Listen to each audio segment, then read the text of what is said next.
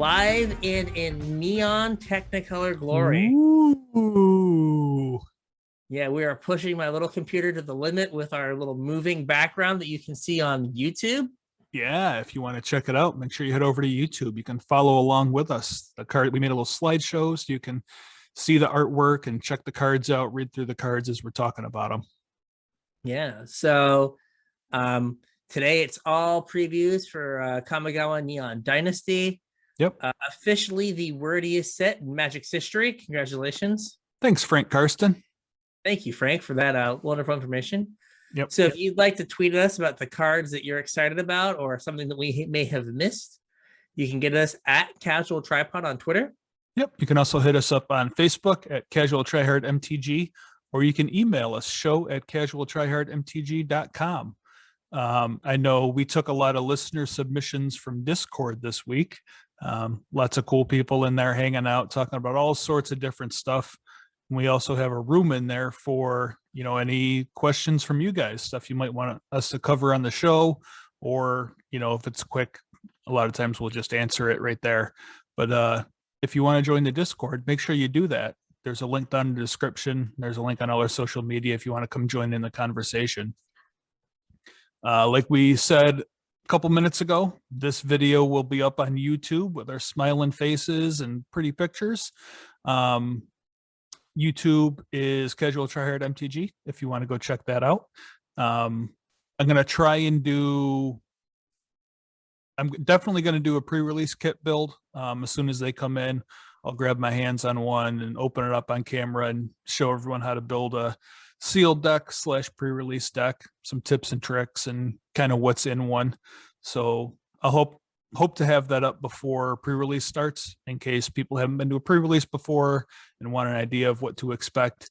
If I don't get it up in time, you should check our YouTube channel out anyway, because I've done one for, I think, every single set since we started doing this. And they're all on our YouTube channel. So go check one of the older ones out. A lot of the information will be the same as far as like what's in them and how to build a sealed deck. It's just the cards will be different. Or you can wait until the video that I'm gonna make comes out. I'm probably also going to do my approach to a set on YouTube. I don't think I'm going to open any sealed product this time around. I'm just going to make a TCG player order like I normally do. Normally I offset whatever sealed product I open with a TCG player order, and then I have everything that I'll need from that set. But I think I'm just going to do TCG player this time. So I'm going to try and do a screen grab video of my process on how to get through a new set release, cards I look out for, which versions to buy, and just kind of the process I go through on TCG player. And then I'll probably pair that with a mailbag video where I actually open the stuff up, and maybe I'll show you how I manage my collection too. But we'll see what I have time for. I don't want to promise too much and then not deliver. So there will be something coming on YouTube though. So make sure you get over there and subscribe and click the bell or whatever, so it lets you know when I've uploaded something. Speaking of TCG player, we have a TCG player affiliate link if you're looking to pick up any singles from Kamigawa Neon Dynasty or anything else that's come out lately. tcg.casualtryhardmtg.com is the link. The link's also in the description. We would really appreciate it if you're looking to pick up any singles online, if you would use that link. TCG player has, I think, the best prices around. I haven't found any big sites that sell stuff cheaper than TCG player does.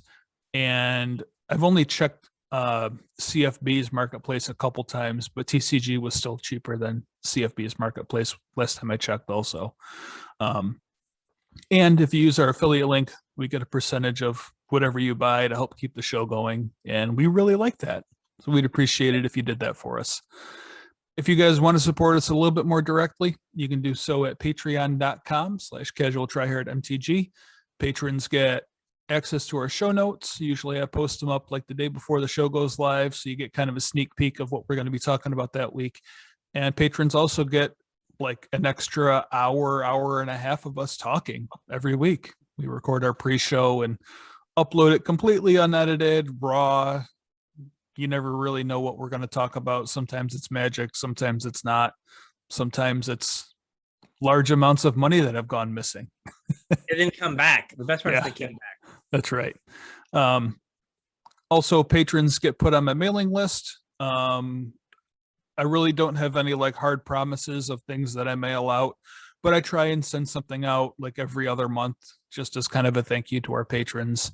Normally it's like a series of things. Like last year we did a series of basic lands that had a casual tryhard stamp on them, and I signed them, and it was kind of a good luck basic land thank you.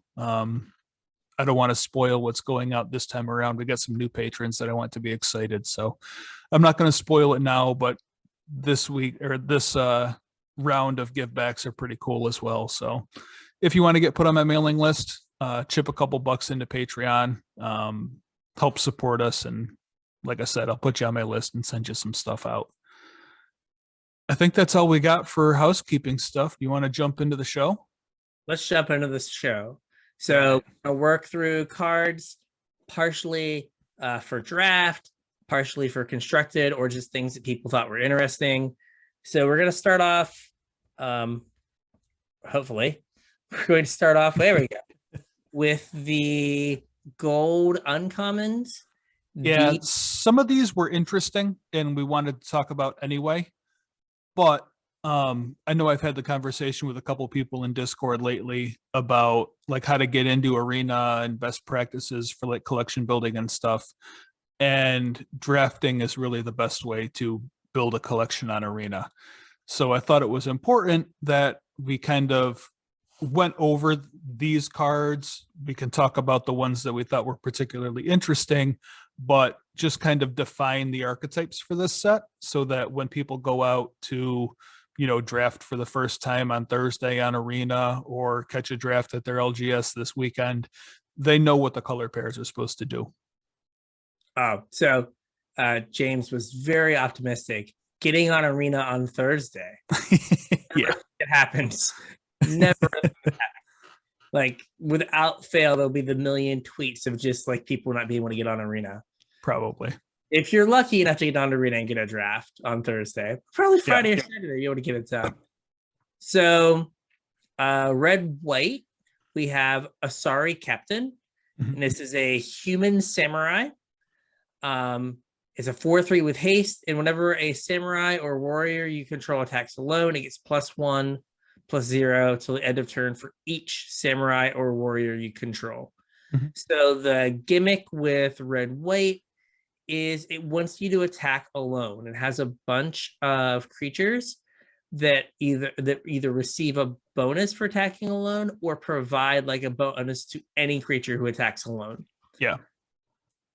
Kind of like pseudo exalted, but not just buffing it. Yeah. Some of them, like one of this, like when it attacks, you can tap a creature an opponent controls. Yeah. This one makes you a little bit bigger. So it's a little weird, right? Like most times in draft, you attack with multiple creatures. Right. Right. So at least it feels like you do. You do that a lot. And so just like attacking with one that you've kind of like Voltroned up just by the fact that it attacks alone. Yeah. It's a little weird, but like then like, you know, this 4/3 just gets chunked. Right. Or like, God forbid they had like a 2-mana 3/1. Right.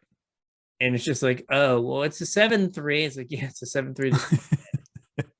Yeah, they died to a 2-drop. Yeah, they died to a common. Like, oh.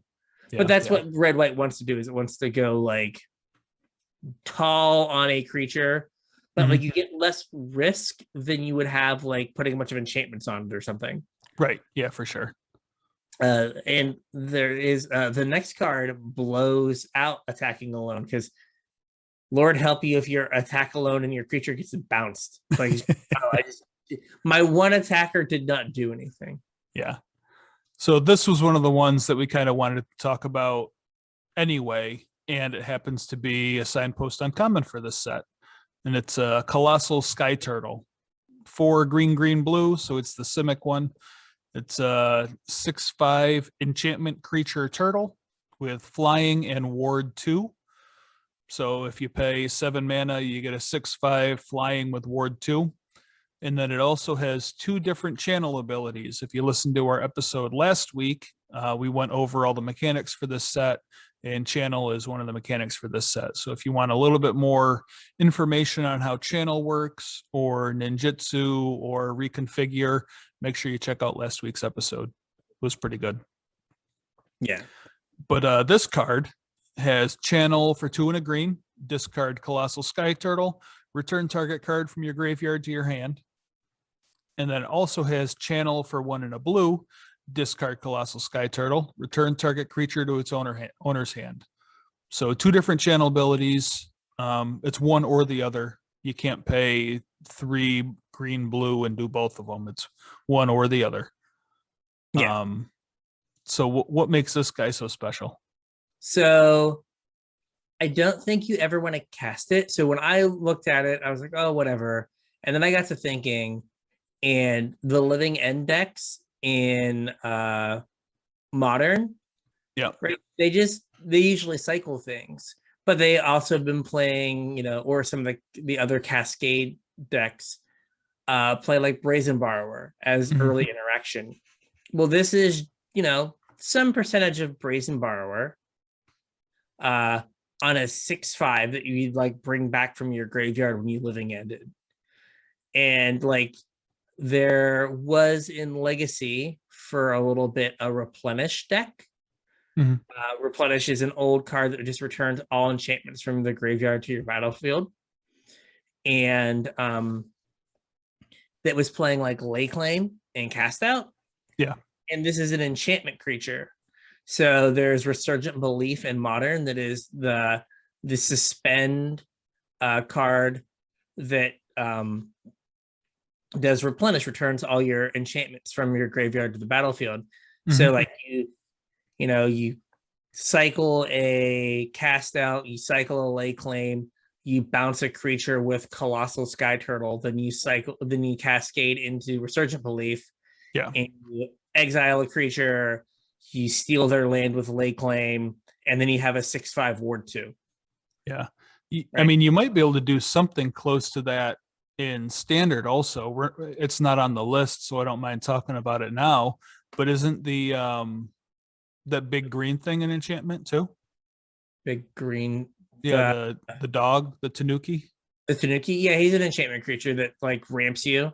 Yeah, it's 2 and a green to put a forest in play or something, and he's like a 6/5 trampler. But I don't know like how you get them back on the cheap. Yeah. Right? Like how you do like the mass reanimation. Well, you might not have to do it on the cheap though. Fair. Like if you use him to ramp and then cycle your Sky Turtle to stabilize you, and then you ramp into you just ramp into the 6 mana thing, and you put 12 power in play. Yeah, no, it's very, very reasonable that can happen. So like this just was like a weird, like if it wasn't an enchantment, right, like I wouldn't have got there because it's like, oh, like because Resurgent Belief has just been like a card in my periphery of like, I want this to be good one day. I would have played Living End but not play Living End is basically my head's at. Always the best deck building plan is I want to be contrarian. But you've got Sky Turtle for that, but it also just works in a Living End deck. Like, hey, I want cheap interaction that I will get back. So like Brazen Borrower doesn't like it hits more things. Like Petty Theft hits non-land permanent. Yeah. So like Colossal Sky Turtle's a little limited, but like Colossal Sky Turtle comes back off a Living End. Right. Brazen Borrower doesn't. So next up, the signpost on common for my cube draft archetype for blue-red, Enthusiastic Mechanaut. Ooh. It's red for a 2/2 Goblin Artificer, who is an artifact creature, has flying, and artifact spells you cast cost 1 less to cast. So I wonder what blue-red's trying to do. Yeah, definitely it is the blue-red is the artifact archetype. Yeah, in this set, and this card goes in there well, tells you exactly what you want to do. These kind of cost reducers are always worth like keeping an eye on, especially with us going to the Brothers War. Yes. Going to be an artifact set. You know, also, I don't know. Oh, sorry. Go ahead. I was gonna say, if you have a bunch of 1-mana artifacts, this just makes them free. It does, yeah. Which oftentimes leads to things doing goofy, broken stuff.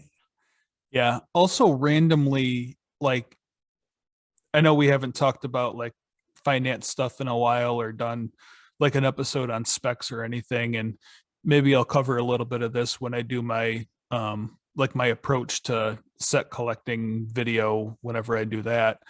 But if you think about, was it Chief of the Foundry? Was from Kaladesh, and it's like a 3-mana 2/3 that makes your artifacts cost 1 less. Mhm. Like that randomly at one point was a $4 uncommon. Oh, geez. It's been reprinted a couple times since then, so I don't think it still is. But like these are the things that when I go through a set to look and make specs for, that I pick up, because 2 mana is pretty cheap for something with this effect on it. And like you said, it can do some pretty broken stuff.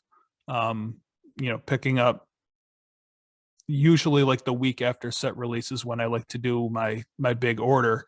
And if foils of this card are 20 cents, I might pick up 10 or 12 of them. And if it costs me $4 or $5, like that's $4 or $5 I can afford to lose. But if they go to $4 a piece, then that's a decent chunk of change.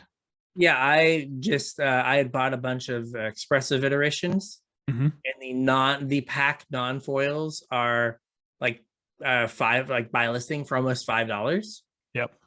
So like I bought a bunch. I sent like 5 or 6 of them out, and was like, oh, here's like $30 that I spent that I spent $4 or $5 on. Yeah. Right around release. So yeah, this is one of those things that like there's a blue card from like one of the Mirrodin blocks, like Dark Steel or Ethereum Sculptor. Yes, it does the same thing. So like maybe this in modern, maybe there's like now a critical mass of this effect combined with could be what is that? There's that stupid imprint artifact that like you imprint an artifact and it makes the Is that Semblance Anvil? Yeah, so maybe there's like a critical mass of like you get 2 of these out, and now you're casting like Ichor Wellsprings and stuff for free. Yeah, and now you just it's a pretty good place to be, and like draw your deck or something wild, right? So it's one of those things that like these kind of effects can like stack, and when there's 1 in the format, it doesn't matter, but when there's 2 or 3, then you get to the point of like, oh, I have enough redundancy that I can always do stupid thing. Yeah. Next up, we have Gloom Shrieker. 1 black-green for a 2/1 enchantment creature cat beast with menace. And has, when Gloom Shrieker enters the battlefield, return target permanent card from your graveyard to your hand. That's not a very clear signpost, is it? No, black-green wants to do something with the graveyard. Yeah. Question. I think they've had a really hard time, and I kind of did as well. Like, again, going back to my cube, like giving black-green a real identity. Yeah. And that's been an issue for black-green, I think, in a lot of sets. It always ends up being like graveyard matters-ish. We don't know how to like cost the payoffs or make the payoffs good enough. And this just seems like a generic, like, this is like the rock card. Oh, you like played some removal and traded some creatures, and so now you're gonna play this and get a 2-for-1, and that's pretty good. Yeah, like I think the high points of this card is that it's an enchantment. So green is, you'll see as we start going through some of this stuff, like green's the enchantment color. Yeah. And cares about enchantments. And then black, as we'll get to, the black-white signpost wants us to have an artifact and an enchantment. So there's cards that care about like this being an enchantment. Yeah. So it's like kind of a bad Eternal Witness, but randomly an enchantment for things that matter. Yeah. And I think there's like a Raised Dead that's like return a creature and or an enchantment. Yeah. And so this could be the enchantment side of whatever. Though it does get exiled when it dies. So scratch that. I don't know why they did that. Yeah, that's weird. That It would be too good. Yeah, it'd be too good. Like Eternal Witness, fine. This, too good. Yeah. Next, the clear winner for best art in the set. Invigorating Hot Spring Time Machine. Oh, no, sorry, just Invigorating Hot Spring. Yeah, this reminds me of something straight out of like 1998 Tempest. Ice Age. It's Ice also Age, sure. Yeah. Yeah. So it's the little demon guy in the hot springs. There you go. So Invigorating Hot Spring is 1 red green for an enchantment that has 4 +1/+1 counters on it. We did it. We're breaking new ground. That's weird. And then it has the modified creatures you control have haste. And then remove a +1/+1 from Invigorating Hot Spring. Put a +1/+1 counter on target creature you control. Activate this ability as a sorcery and only once each turn. So basically, it gives 4 of your creatures that you 4 of your creatures can get +1/+1 counter and haste throughout the game. Mm-hmm. And so if you play like a 2-mana 2/2, you can play this on 3 and make your 2-mana 2/2 a 3/3 to get in damage. And then your 4-drop can get bigger and have haste. Yep. So red green cares about modified stuff. Yeah. For the most part, it like wants you to make like a big, either one big Voltron-y creature or like a bunch of creatures that have counters or are equipped. And there are things that key off of the number of modified creatures you have. Or I think most of the modified payoffs count the number. Yeah.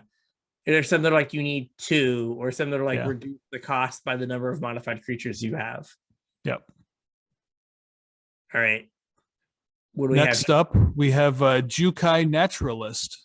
Green white for a 2/2 enchantment creature, human monk. So it's a bear. It has lifelink, and enchantment spells you cast cost 1 less to cast. Pretty straightforward. I wonder what the green white archetype is. Probably enchantments matter. Yeah. Yeah, very much so. What was that rare Herald of the something? It was like a card that reduced the cost of enchantments by 1. Yep. Again, now we have 2 of this effect in a format like Pioneer. Well, you have 3 of it. There was a white one, a green one, and now we have a green white one. Oh yeah. Oh yeah, like the Starfield something or other. Yeah. Starfield Mystic. Yes, that's it. Yeah. I think I still have all mine. I bought a bunch because I was like, oh, this card's gonna be good. And then nothing. Yeah. So now we have 3. Maybe that's the magic number. Maybe. The problem is right, like enchantments, like are there colorless enchantments? Like there's probably like some one-off colorless. Eldrazi Inscription. Yes. Okay. Yep. So there's our one-off colorless one. Yep. But like it's unlike artifacts, you can't just like go wild and like cast your deck full of enchantment. Right. So it makes it a little bit harder. Yeah. To like do something truly like broken. Yeah.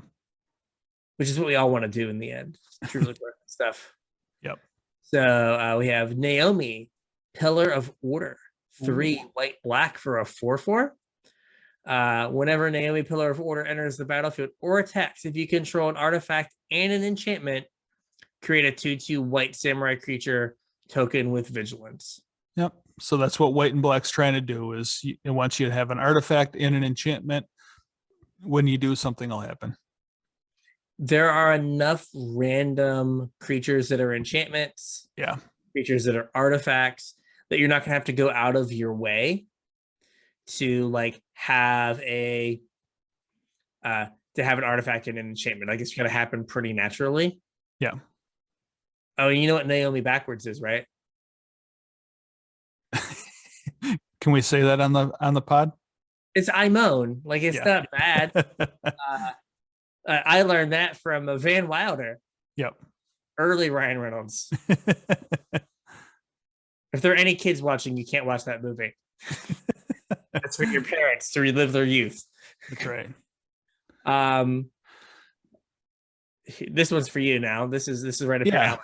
We got the Oni Cult Anvil. It's a artifact, costs a black and a red, and it says whenever one or more artifacts you control leave the battlefield during your turn, create a 1/1 colorless construct artifact creature token. This ability triggers only once per turn. So it's kind of hidden salvage? Hidden stockpile, yeah. Where that made little servo tokens, and this kind of does the same thing, except on hidden stockpile, you paid a mana and sacrificed an artifact to scry one, and this one you just tap it and sacrifice an artifact, and it will drain one. Yeah. So pretty cool. Yeah, right up my alley. Sacrifice outlet, cares about artifacts. Just kind of what black and red are doing. Blue white has a very clear thing that they're doing, and that is vehicles. Very strange. Prodigy's prototype, so 1 blue white for an artifact vehicle. It's a 3/4 when it's crewed. Mm-hmm. And for one or more vehicles you control attack, create a 1/1 colorless pilot creature token with this creature crews vehicles as if its power were 2 greater. And this has a crew cost of 2. So the pilot that you make is overqualified to drive this vehicle. Yep. Yeah. It requires a regular driver's license and has a CDL.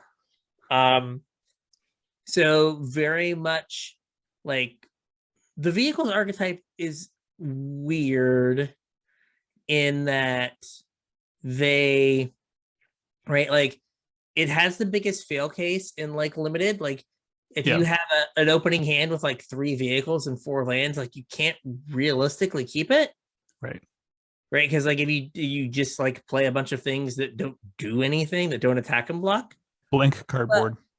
Blank cardboard. But vehicles are always overcosted for their mana cost. Yeah. Overstated for their mana cost. So if you do get to crew them, you are usually like up in terms of like power and toughness. So like this on turn 4 is as big, if not bigger, than most of the things you'd expect your opponent to have on the battlefield. Mm-hmm. But if you don't crew it, it just doesn't do anything, and you're very sad. It counts as an artifact. It does. If nothing else, it counts as an artifact. Yeah. It does look like there's a bunch of cards that make the pilots, though. Yes. And some of the vehicles make their own pilots also. Like this guy, you have to start the party, but... Yeah, but then you keep getting bodies. Yeah. Which should offset some of that. Yeah. Like once you get 1 crew, you should continue to get crewed. Yeah. So the last signpost uncommon is Silver Fur Master. It's a blue and a black for a 2/2 rat ninja with ninjutsu blue-black. Again, if you're looking for more information on how ninjutsu works, make sure you check out last week's episode. It says ninjutsu abilities you activate cost 1 less to activate, and other ninja and rogue creatures you control get +1/+1. So it's a ninja lord. Yeah. It's good. It's good call back to the Ninja Turtles. Yep. Or call out to the Ninja Turtles homage. Yep. I mean, I think its biggest problem is it's not evasive in any way, so it's not going to like allow you to get like a ninja in. Yeah, but like it's going to make all your other ninjas better. Yeah, it is. It is. I mean, you're going to like, ninjutsu it in on turn 2, sneak it in, get in your 2 points of damage, and then, on turn 3, like play some things that let your next ninjas get in. So you can do the like, 3 or 4, like try to get 2 or 3 things in at one time. Mm-hmm. So that's kind of all the limited archetypes. Again, useful to know what all of these are, like going into a draft environment, so that you don't pick like a bunch of the white cards that care about them being artifacts and a bunch of the green cards that care about enchantments, and then play green white, and the two halves of your deck don't work together. Yeah. So things to keep in mind. Now we're gonna go through. Now we've kind of covered the draft archetypes. We're gonna go through and do all of the cards we kind of found interesting, or other people found interesting for us, did our work for us. A little bit of both. A little bit of both. If the slide wants to change, we're gonna figure this out. There we go. So we have Brilliant Restoration, 3 white, white, white, white. For a sorcery, return all artifact and enchantment cards from your graveyard to the battlefield. So this sounds like a lot of mana, and it is. It is. But this effect was it Second Sunrise 6 mana? I think so. And Second Sunrise returns all artifacts from your graveyard to the battlefield. And when there was Second Sunrise and the other one, like that was just a modern deck where people just did like massively super long turns. Yeah. And I think the other one was like 4 mana, where you just like sack all your artifacts for value, get them back, do it again, blah blah blah blah blah blah blah blah blah blah. Yeah. So this is like right on the edge of it might not be good enough. 7 mana is a lot. Yeah, but think of the number of things recently that we've like had priced at 7 mana. All of the ultimatums. All of the ultimatums. Elrond's Epiphany, though technically kind of 6-ish. Yeah. What's his name? Agent of Treachery. Yep. Right. There's been all this stuff that they put at 7 mana because 7 mana is a lot of mana. Yeah. And then like it just gets played and banned and makes life miserable. I don't think there's enough like eggs. So like just like little artifacts you sack for some effect in standard to make this good. But like it's one of those cards to keep an eye on that, if it gets cheap and you're able to get some, and then they like print some artifact in Brothers War that's like sack it and get 2 mana. Yep. And there's, oh, wait a minute. Like now we have like 8 Terrarians and this is a problem. Yeah. Is that a red guy that pings? Wasn't he in Keldheim? The artifact ETBs? Reckless Fireweaver? Yeah, I think so. Was that Keldheim? Oh, that was Kaladesh. They sound the same. Yeah. Well, I mean, Kaladesh Remastered came out like the same time. Yeah, it Keldheim did. was out, right? Right before it. Yeah. Yeah, like I could have used another remastered set for Arena, but it's neither here nor there. So different episode, buddy.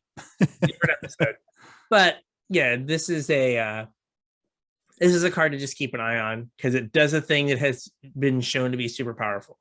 Yep. And going up 1 mana, is that going to be enough to really turn it off? Yeah. This next one is a Cloud Steel Kirin, 2 and a white for a 3/2 artifact creature equipment Kirin. It has flying, and the equipped creature has flying, and you can't lose the game, and your opponents can't win the game. And it has reconfigure for 5. So you pay 5 mana, reconfigure this thing into an equipment, stick it on something else. I think this card's a trap. It's not very good. You should not try and make it work because it won't work for you. Yeah, like in standard, there's enough like removal that this is vulnerable on the like I'm going to reconfigure so they blow up your creature. Right. Or I'm going to spend the 5 mana to reconfigure. So I'm going to get my equipment blown up with a play with fire. Right. Right. Spend 5 mana and get it shocked. Yeah, this is just not the kind of rate you want in standard or in constructed Magic in general. Yeah.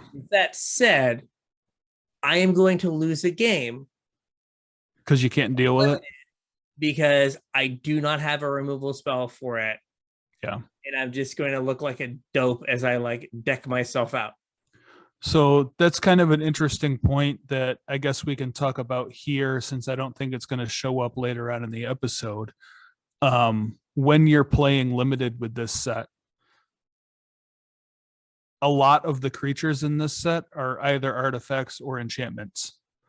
So the removal spells that say like exile an artifact or enchantment or destroy an artifact or enchantment, normally those would like live in your sideboard and you wouldn't pick them super highly.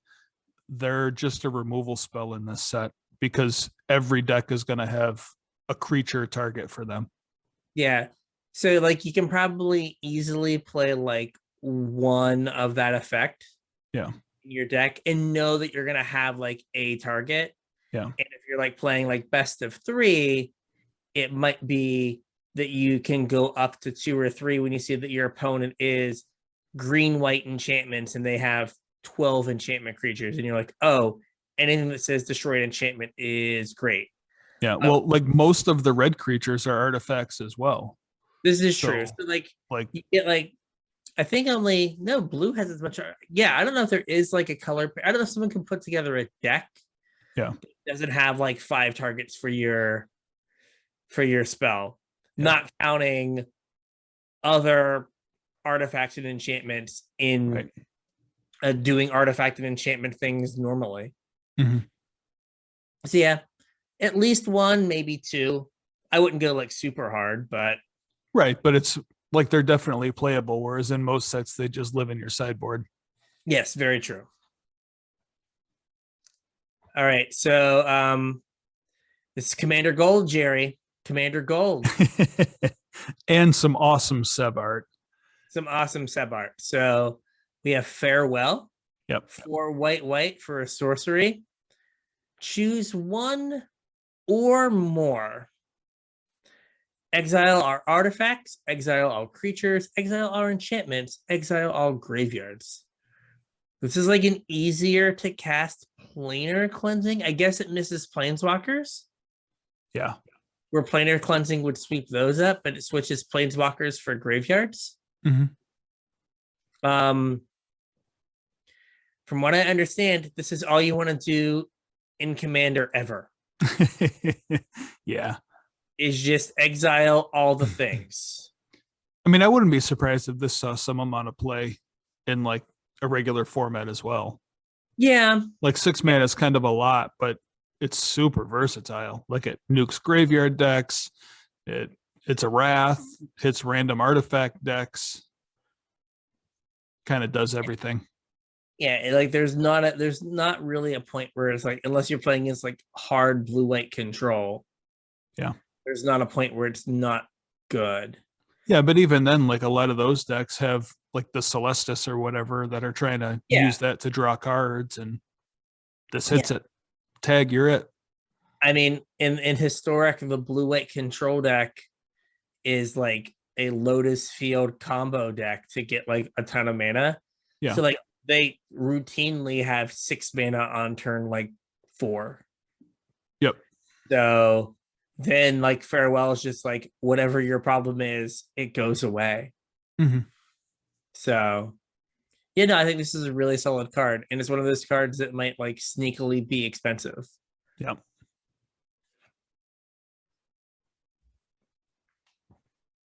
Right, this is another one that I'm pretty excited for. This is Lion Sash, 1 and a white for a 1/1 and artifact creature equipment cat. You pay a white, exile a card from a graveyard. If it was a permanent card, put a +1/+1 counter on Lion Sash, and it has reconfigure 2, and equipped creature gets +1/+1 for each +1/+1 counter on Lion Sash. So this is like Scavenging Ooze, except it also gets counters for like planeswalkers and artifacts and enchantments, whereas Scooz is just creatures.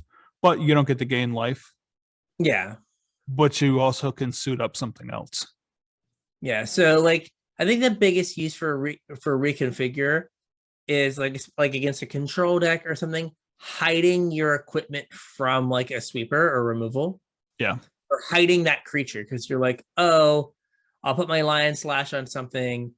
I'll eat some things. My creature becomes a 4/4, and then there's like a Wrath, and now you've got your 3/3 Lion Slash, Lion Sash that falls off, and that's not something that like Scavenging Ooze can do, right? But also to note, like if you reconfigure the Lion Sash and it doesn't have any counters, it doesn't do anything to the creature. I mean, the Lion Sash still has the exile a card clause, but yeah. But like until you've exiled a permanent, you haven't. You're just like hiding it from removal at that point. Yep. But no, it is a good card. Like this is another like white seeming effect that white hadn't had access to. Yeah. That kind of fixes that. All right.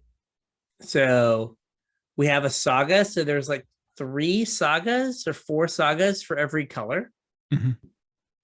And so here we have Makoto's Reign of Truth. It's 1 in the white for a saga. Chapter 1 and chapter 2 are the same. Target creature gets +1/+1 until the end of turn for each artifact and or enchantment you control. So it just gets +1/+1 by the fact that you have this as a saga. Right. And then chapter 3, you exile the saga and it comes back as Portrait of Makoto, which is a 0/0 enchantment creature that gets +1/+1 for each artifact and or enchantment you control. So it's a 1/1 from the fact that it's an enchantment. It's an enchantment. Yeah. It's kind of cool. It's like All That Glitters for chapters 1 and 2, a temporary one. And then it's a thing with All That Glitters for chapter 3. Yeah, it's hard though, because the decks that play like All That Glitters specifically like trigger off of auras, right? With like Srom. Yeah. And yeah, that's true. And the stupid Eidolon. Yeah.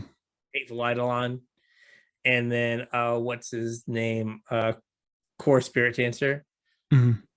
So like you do get the All That Glitters, but then you lose the synergies with that part of the deck. Yeah. What about like in standard with some of the things that care about like enchantressy stuff though? Nah, could. Right. I mean, even like the 2/2 uncommon that like reduces the cost of that you play this, you play that, then you play this, and then it becomes bigger. So you can like get in, and then like this only costs you 1 mana, so you can play something else after it. Yeah. Yeah, that can be reasonable. I mean, and then the body that you get if you've built your deck correctly is just going to be generic big. Right. Yeah, like, for a 2 mana investment, like big is fine for 2 mana. Yes. Ask Tarmogoyf. Yeah. Big is fine for 2 mana. That's right. All right. This is the one I put on here. I like this guy too, but yeah, go for it. Spirited Companion. 1 and a white for an enchantment creature dog. He's a 1/1, and when it enters the battlefield, you draw a card. So we are slowly completing the cycle of 2 mana 1/1s that ETB and draw a card. Yeah. Right. We have this now. We have Elvish Visionary, and we have what is the black one? Dusk Legion Zealot. Yes, Dusk Legion Zealot. That would make you lose a life because it's black. Right. Blue kind of has I guess we have Fibblethip. Yep, we have Fibblethip. And my first thought was Silvergill Adept. Yeah, kind of, sort of. Kind of, sort of. It's a 2/1, and you have to jump through an extra hoop. But so we're just missing the red one, which is kind of Abbot of Carol Keep, but not really. Yeah. Well, I mean, that's how red would do it, though. Yeah. You have what was that guy? The Fire Weaver Rakdos. Oh yeah, Rakdos Fire Weaver. You discard a card and draw a card. Yeah, was that Rakdos Fire Weaver? The one with Spectacle? Is that the one I'm thinking of? Rakdos Fire Wheeler was the black red 4/3. Yeah, I know what no, card no, you're talking about. No, it's got spectacle for 2, black, red, and you like this card and draw 3. yeah. I forget what it's called, but yes. So, all right, we're like slowly building this out, and like this is just a generically good card. Like think about how good Thraben Inspector was. Yeah. And it was kind of 3 mana on the installment plan, get a 1/2 draw card. Yeah. This is 1 less mana to kind of get you to the same spot. But it's also an enchantment for all the stuff that cares about enchantments. And I mean, just like Thraben Inspector, like kind of powered like the vehicle decks in standard, right? There's a lot of vehicles that have crew 1 in this format, where like you play the vehicle and then you're just like, oh, Spirited Companion, get my card back, crew my vehicle, bash. Yeah. Seems like a reasonable play pattern. All right. So this one can't possibly go wrong, can it? I don't know. I don't know if it's good enough, but we'll see. So Anchor to Reality, 2 blue for a sorcery. As an additional cost to cast a spell, sacrifice an artifact or creature. Search your library for an equipment or vehicle card. Put it onto the battlefield, then shuffle. If it has mana value less than the sacrifice permanent's mana value, scry 2. It should never have mana value less than what you sacrificed. Ever. No, you should always go up. You have made a big mistake. Yeah, some relevant big things that I thought you could get with this. It's a little weird. Like there's a lot of people relating this to Tinker, where it's just like an extra mana on Tinker, but it's not. Like Tinker gets any artifact. You go get a Blightsteel Colossus or whatever. This only gets equipment or vehicles. It can get Cauldra. Yes. It can get Batterskull. Mm-hmm. Both of which are equipment with living weapon that enter like attached to something. And then for equipment, it can get, or for vehicles, it can get the big boat. And Parhelion. Yeah. I don't know how you're crewing Parhelion, but hey, there's the 1 white 2/1 hotshot mechanic that crews. Oh, yeah. If it's power with 2 greater, so it's a 2/1, it crews for 4. Get in there, buddy. And even I don't know if it's on the list or not. The 7 mana 7/7 trample haste vehicle crew 2. Yeah. Yep. Right, like that's asking a very specific question of your opponent. Right. Okay, do you have an answer? Yeah. Let's find out. I mean, and we have oh gosh, what is it? I want to say treasure, whatever. The artifact land. Oh yeah. Right? Like turn 4, sack your land, get like just a giant 7/7 vehicle, crew it up and smash you. Yeah. Like that seems like it could be reasonable. Mm-hmm. It's this set's Colossus Hammer. Yeah. Again, would you like to lose a draft? Because I just laid out how you will lose a drafter. You're just like dupe. Oh no. Yeah. But like, what could they possibly have? Oh, the 7/7 vehicle is a common. Oh no. Yeah, I think that like Cauldra and Batterskull are the 2 best things to get. Yeah. But you're in this weird spot that it's like Stoneforge just does it better. Yeah. Like with like significantly less risk. But as we've seen, many a fixed version of a card end up not being fixed. Right. Right. And I'm not saying that this is currently broken as we sit here, but in 3 years, if we go to like, let me lay something out for you real quick. Do you know what this set has that we haven't had? Phyrexian mana. Mechs. Oh yeah. Do you know what Urza used to battle Mishra with back in the Brothers War? Oh, a mech. That's right. Mechs. Oh, So we could just get a bunch of mechs. I was saying, right, we're setting up to go back to Phyrexia. We are doing that also. And what's in Phyrexia? The swords. Things with living weapon. Yeah. Oh, right? living swords. Yeah, so it only takes like, someone to be like asleep at the switch and make like, a 10 mana like living weapon like that makes Cauldron look like a joke. Yeah. And then all of a sudden you're just like, oh man. Or like a vehicle that makes its own like germ pilot. Right? Living vehicle where it makes living vehicle. And you're just like, oh, and then it's like, oh no, this card's busted. Yeah. So I think for like standard, there's not enough going on. Like there's not enough options of things to go get. Yeah. I don't know. I kind of like that deck you just outlined where you go to get the 7/7. Yeah. Like that's kind of cool. I mean, in best of one, you will win some games quickly. Yeah. But like there's blue mana dorks that cast instants and sorceries too, right? Yeah, there are. Ramp this out on turn 3. Ooh, yeah. I mean, it could very well work, but I think as the timeline of Magic progresses, things like this will get like better. Yeah. Because they will just like will go to like Kamigawa, I don't know, Neon Apocalypse or something. And they'll be like, oh, there'll be even cooler vehicles. So, all right. Ooh, I hadn't looked at the art on this. This is nice.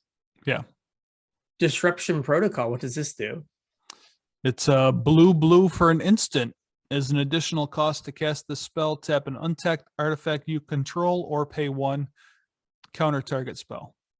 So it's either a cancel or if you have an artifact, it's counter spell. Yeah. I mean, seems reasonable. They did this. They had one with Metalcraft years ago. Where you had Metalcraft is 3 artifacts. Yeah. Then it was cancel, or if you had 3 artifacts, it was counterspell. Yep. So I think this is pretty solid. Like there's enough cheap 1 mana blue artifacts that like have some marginal use that just make this counterspell, and counterspell's pretty good. Yeah, I mean, go back in older formats, Mishra's Bauble. Right, people are like playing Springleaf Drum and a lot of things right now. Yep. In Historic, as much as it pains me to say it, Esper Sentinel. Right, you're just like, I'm not going to attack with my 1/1, go, and then you just counterspell them with Disruption Protocol. Yep.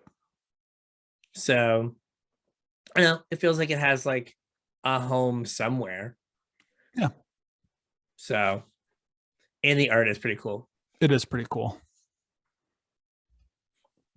This guy also has pretty cool art. Hey, buddy. So we've got Jin Cataxian Progress Tyrant. So it is 5 blue for a 5/5. Legendary creature, Phyrexian Praetor. So whenever you cast an artifact, instant, or sorcery spell, copy that spell. You may choose new targets for the copy. This ability triggers only once each turn. Thank God. And then whenever an opponent casts an artifact, instant, or sorcery, counter that spell. This ability only triggers once each turn. So this is very similar to the card that got spoiled a million years ago, or got leaked. It changed a little bit, but it's kind of the same. Mostly the same. So the ability is powerful, right? They have to like burn 2 removal spells to kill Jin. That's good. If you have like a deafening silence, they just can't cast non-creature spells ever again. That's good. It has a very big problem. It has the same casting cost as Hullbreak Horror. It does. And I know which one I would rather play. The I mean, you one can that's play them both. you can you can, but the one that is stone unbeatable is the one I would rather play. Yeah. And then it's Hullbreak Horror that is for some reason +2, +3. Yeah. As Flash. Yeah. I think that Jin like is a good card, but it's kind of like a victim of the fact that Hullbreak Horror exists. This, right? Right. If there wasn't Hullbreaker Horror, like this seems like a pretty good control finisher where you play it and like if they don't have 2 removal spells, they have to like sit and wait to draw a second, and now you're sitting on counter spells to get their second spell that they had to draw. Or you're like cast a draw 2 and you just draw 4. Yeah. Cool. Game over. Yep. But I think with Hullbreaker Horror, it's just like that's just a better card. Is wild. Yeah, I mean it probably is.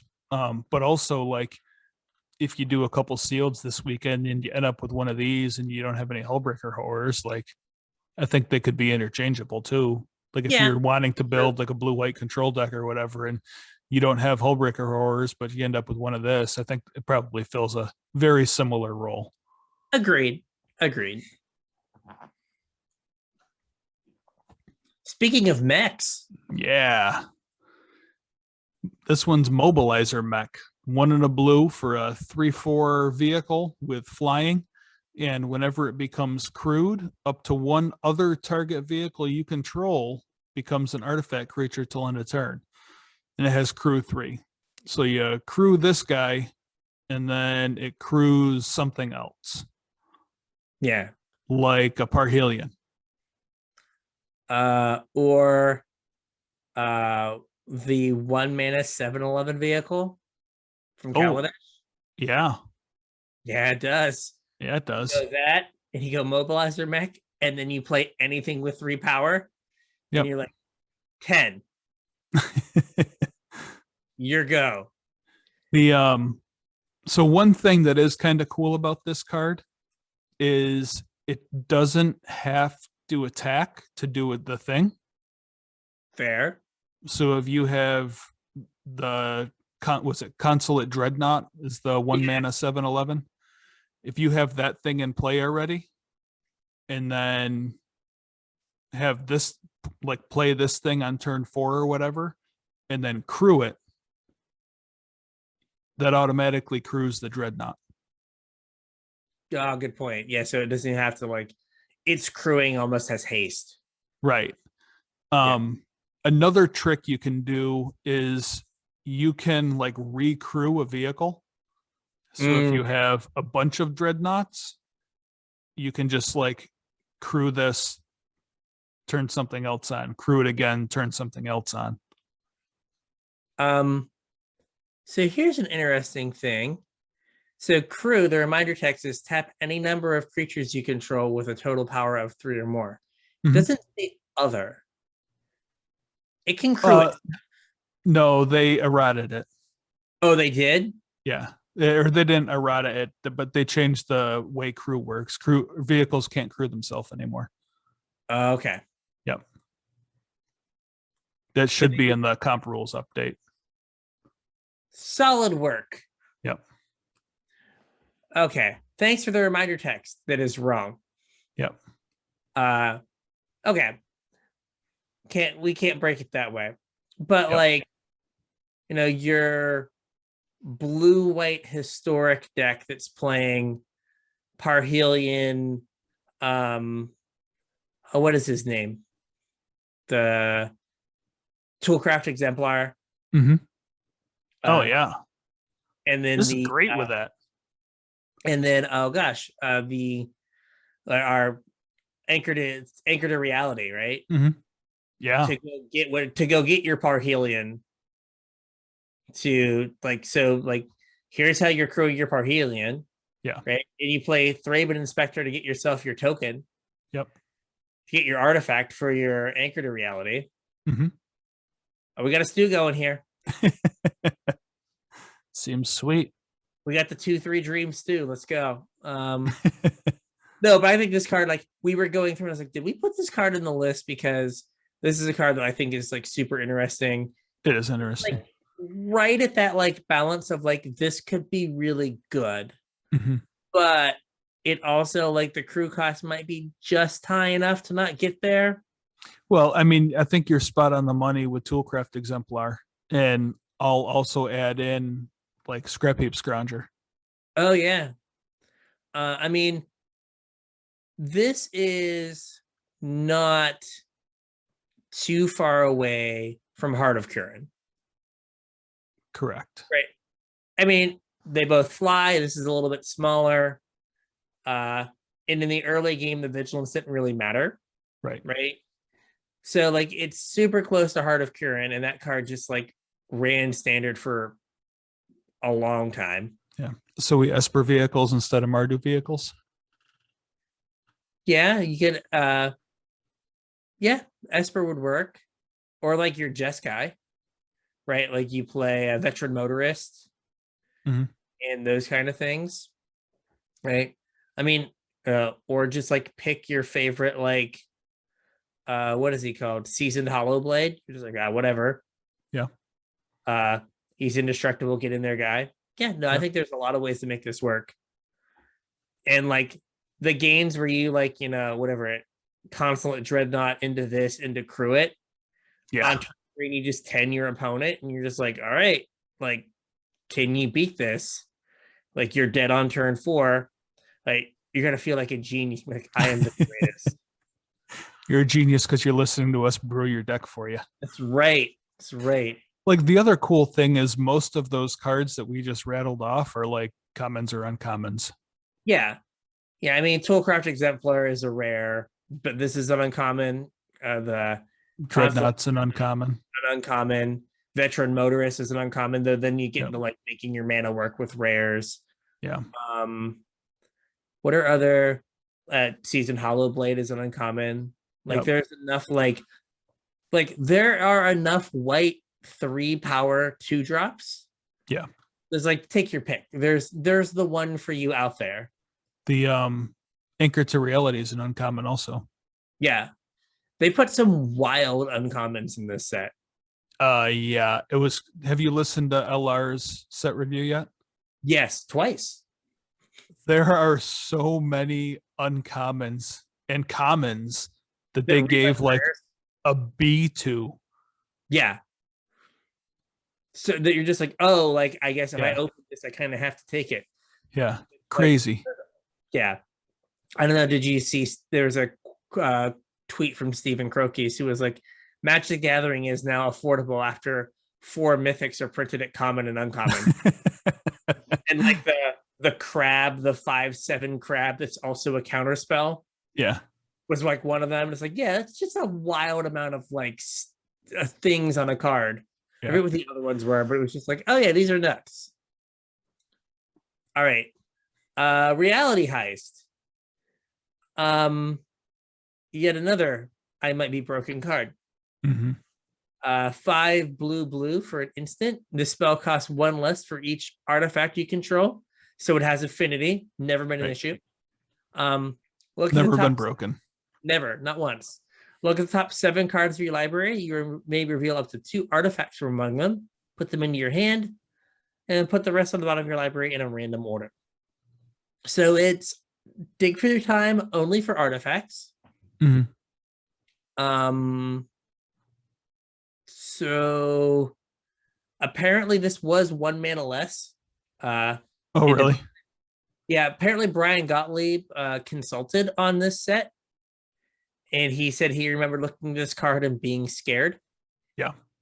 And then like he's like, but I think they added a mana to it. I don't know how much it fixes it, but yeah. So again, Brothers War. You're probably gonna have a ton of artifacts in your constructed deck. Even I mean, we just got Blood Fountain, right? That's 2 artifacts. Yeah. Yeah, there's just random places to get extra artifacts. Yeah. Even someplace like Legacy, there's 8 Thought. Right? Like this is just kind of Thoughtcast. Yeah.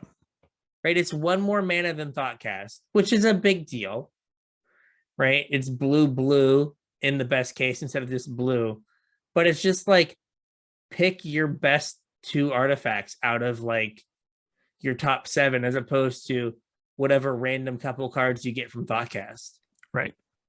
Right? Like the deck might end up being too much air, but like you play like Thought Monitor, Thoughtcast, and then you just play like these, and you're just like, okay, I'm just gonna like have way more cards than you at all points in this game. Yeah. Right. I'm just gonna be playing like 2 mana dig through times consistently. Mm-hmm. And unlike the Treasure Cruise dig through time, where Treasure Cruise won because it was always 1 mana, right? That used a resource. That used your graveyard. It made it go away. So you couldn't play Treasure Cruise and dig through time.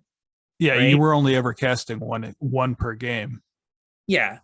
So this doesn't use a resource. Nope. It uses 2 mana. It doesn't consume the resource. It doesn't consume the artifacts that you have. Yeah. It's not like improvised. It is tapping them. It's just you could like have 3 blue mana and go like this, get a Thought Monitor, cast a Thought Monitor for blue. Like you see 10 cards, or I guess you see 9 cards, and you picked the best out of the top 7 and then 2 more. Right? Like, do you lose that game ever? Like that just seems like you're like, oh, I guess I win. Like I just have an amazing hand now. So again, a wild uncommon that like if it's cheap, it's one of those that you just buy and you sit on for like when it inevitably breaks. Right, where they print some like artifact that's just like, oh, if I just get these 2 artifacts, I win the game every time they resolve. Cool. I guess I should look for them in my top 7. All right. Next up, we have the reality chip. Now, this was one that I added. I don't think anyone else cared about this, but I thought it was super cool. It's 1 and a blue for an 0/4 legendary artifact creature equipment jellyfish. Boy, that type line rolls off the tongue. Yeah. Says you may look at the top card of your library at any time, and as long as the reality chip is attached to a creature, you may play lands and cast spells from the top of your library, and it has reconfigure for 2 and a blue. So this thing, like in a control-ish deck, I mean, I don't think you can be hard control because you have to equip this to something, but it's an early blocker against aggro. It's an 0/4. Lets you kind of look at the top of your library so you can better plan your turns. And then when you get something into play, you reconfigure this and it's just future sight. Yeah, which is good. I mean, think about how good no, it was in a different kind of deck, but think about how good like Experimental Frenzy was. Yeah. They had the drawback of your draw step didn't matter and none of the cards in your hand mattered. Right. It doesn't have those drawbacks at all. It's just like you need a creature. Right. Now, oh, I guess they're okay. It's legendary. Okay, so you could just equip the other one, but even something dumb like Birth of Meletus. Yeah, stick this on a wall. Yeah, I mean, you don't care. I will take my 0/4 and I will make it. I'll stick another 0/4 on it. Yeah, and now I have future sight. Okay, cool. Like I think that there's ways to make that work, and then you're just gonna get so many extra cards. Yeah. The mystical, the pizza oven. Mystical, right? Like that. That had a restriction, but just getting to play off the top, is really powerful. And like, what if you play this thing with Lear? I will be playing out of my graveyard and off the top of my deck. I will have all the card advantage. Thank you very much. I mean, yeah, you could do that. Like it blocks early. You get your Lear out. You get to like kind of protect your Lear. Well, you can't divide by 0 anymore. Right. But you unsubstantiate something and then you're just like, yeah, we did it. No, I think that there's it's interesting. Like I'm wondering if there's like, it's hard because it's an 0/4, right? There's an argument like this would be like a good card in like a tempo-y, like aggressive creature deck because you're like, oh, when I start to run out of gas, I just play off the top. But the problem is it's an 0-4 and doesn't fit with like the A plan of the deck. And like you said, it fits with the A plan of a control deck of like stay alive. Yeah. But then doesn't fit with, the fact that I'm not gonna have any creatures. But like I don't know if there's more than there's some sagas that like do kind of, there's like one saga in particular like all of the new sagas turn into creatures. Yeah, but there's like one that is like kind of feels like it's like for a control deck. Yeah. Right. So like when it turns into the creature, then you have this to put it on. It's like it like gets you a land, gains you a life, and then turns into a creature. Mm-hmm. Right. Like that could be a reasonable thing to do. And now you're like, okay, now I can equip this and never miss a land drop and whatnot. Yeah. You could also just play it like in a ramp deck with the Jolly Green Giant. Oh yeah. Or our Tanuki guy. Yep. Well, because you can't channel off the top of your deck. Fair. Oh yeah, because you can just like you could cast the 3 mana side, but I was just thinking like ramp spells that were also creatures. Yeah. Right, where you're like, oh, now that I had this creature, I can put this on it. Now I'm playing stuff off the top of my deck. Yeah. All right. This next one, Legacy Staple. I mean, could very well be, right? Yeah. Yeah. Thousand-Faced Shadow. It's a blue for a 1/1 flying. Hey, it's a flying man. It is. It has ninjutsu, 2 blue. And when it enters the battlefield from your hand, if it's attacking, create a token that's a copy of another target attacking creature. That token enters the battlefield tapped and attacking. Yeah. So, what do ninja decks want? They want evasive early drop creatures so that they can ninjutsu onto them. Onto them. And this is an evasive 1-drop creature, like on color and tribe. Yep. That in the late game becomes a kind of becomes a threat itself. Yeah. Right. Like, oh, I like if they don't block and they know you have it, you're just like, okay, like I'll put this in and make a copy of the best other creature I have, and it's a permanent copy. But it doesn't go away. It doesn't go away. And because you've already ninja'd this in after blocks, that new creature will not be blocked. Yes, it is definitely getting in. Yeah. So this is also kind of, we talked about some of the tips and tricks with ninjutsu last week. Again, if you haven't listened to that episode, go back and check it out because there was some cool stuff in there. But this works with like the multiple ninjutsu trick too. Like if you just have like infinite mana, you can like, yeah, or if you have a couple shredders out where it's just like blue ninjutsu this guy in, like bounce it back to your hand, ninjutsu in again, get 2 copies of something. Splinters? Yeah. Not shredders. Yeah. Sorry, Splinter, yeah. Different Ninja Turtle guy. I was like, was there a shredder that I missed? Nope, there wasn't. Yeah, well, I mean, there is the oh gosh. Moon Circuit Hacker, is that what it is? Or am I mixing it up with the 1 mana artifact? But the Moon Circuit, I think it's Moon Circuit Hacker, like ninjutsu's in for just a blue. Right? So, if there's something that you need to make a copy of, like for 5 mana, right, you could if this is in, right, you'd be like, okay, ninjutsu in my thing that casts 1, put this back in, and copy my 5/5. Yep. Right. So you could kind of get around it that way. Or like, isn't there the old Gnaw Bone? Like makes treasures for the damage it's done. Oh, yeah. I guess that's legendary though, so you're not like making multiple copies of it. Yeah. But no, this is like, I think that on some level, Changeling Outcast is probably better. Yeah. But there's also part of me that's like, is this better? This is probably better than like just Ornithopter. Like I know an Ornithopter for Legacy, you mean? Yeah. But like if you had the choice between playing this or playing Ornithopter, I feel like this is just the better choice. Mm-hmm. Like you might have to rebuild the deck a little bit because they're super light on lands. Yeah. But like you just get a thing that has power and toughness and like in the late game, turn 4, actually like does a thing. Mm-hmm. As opposed to a Druid Ornithopter. Does nothing. Does nothing. Also, this pitches to Force of Will. It does.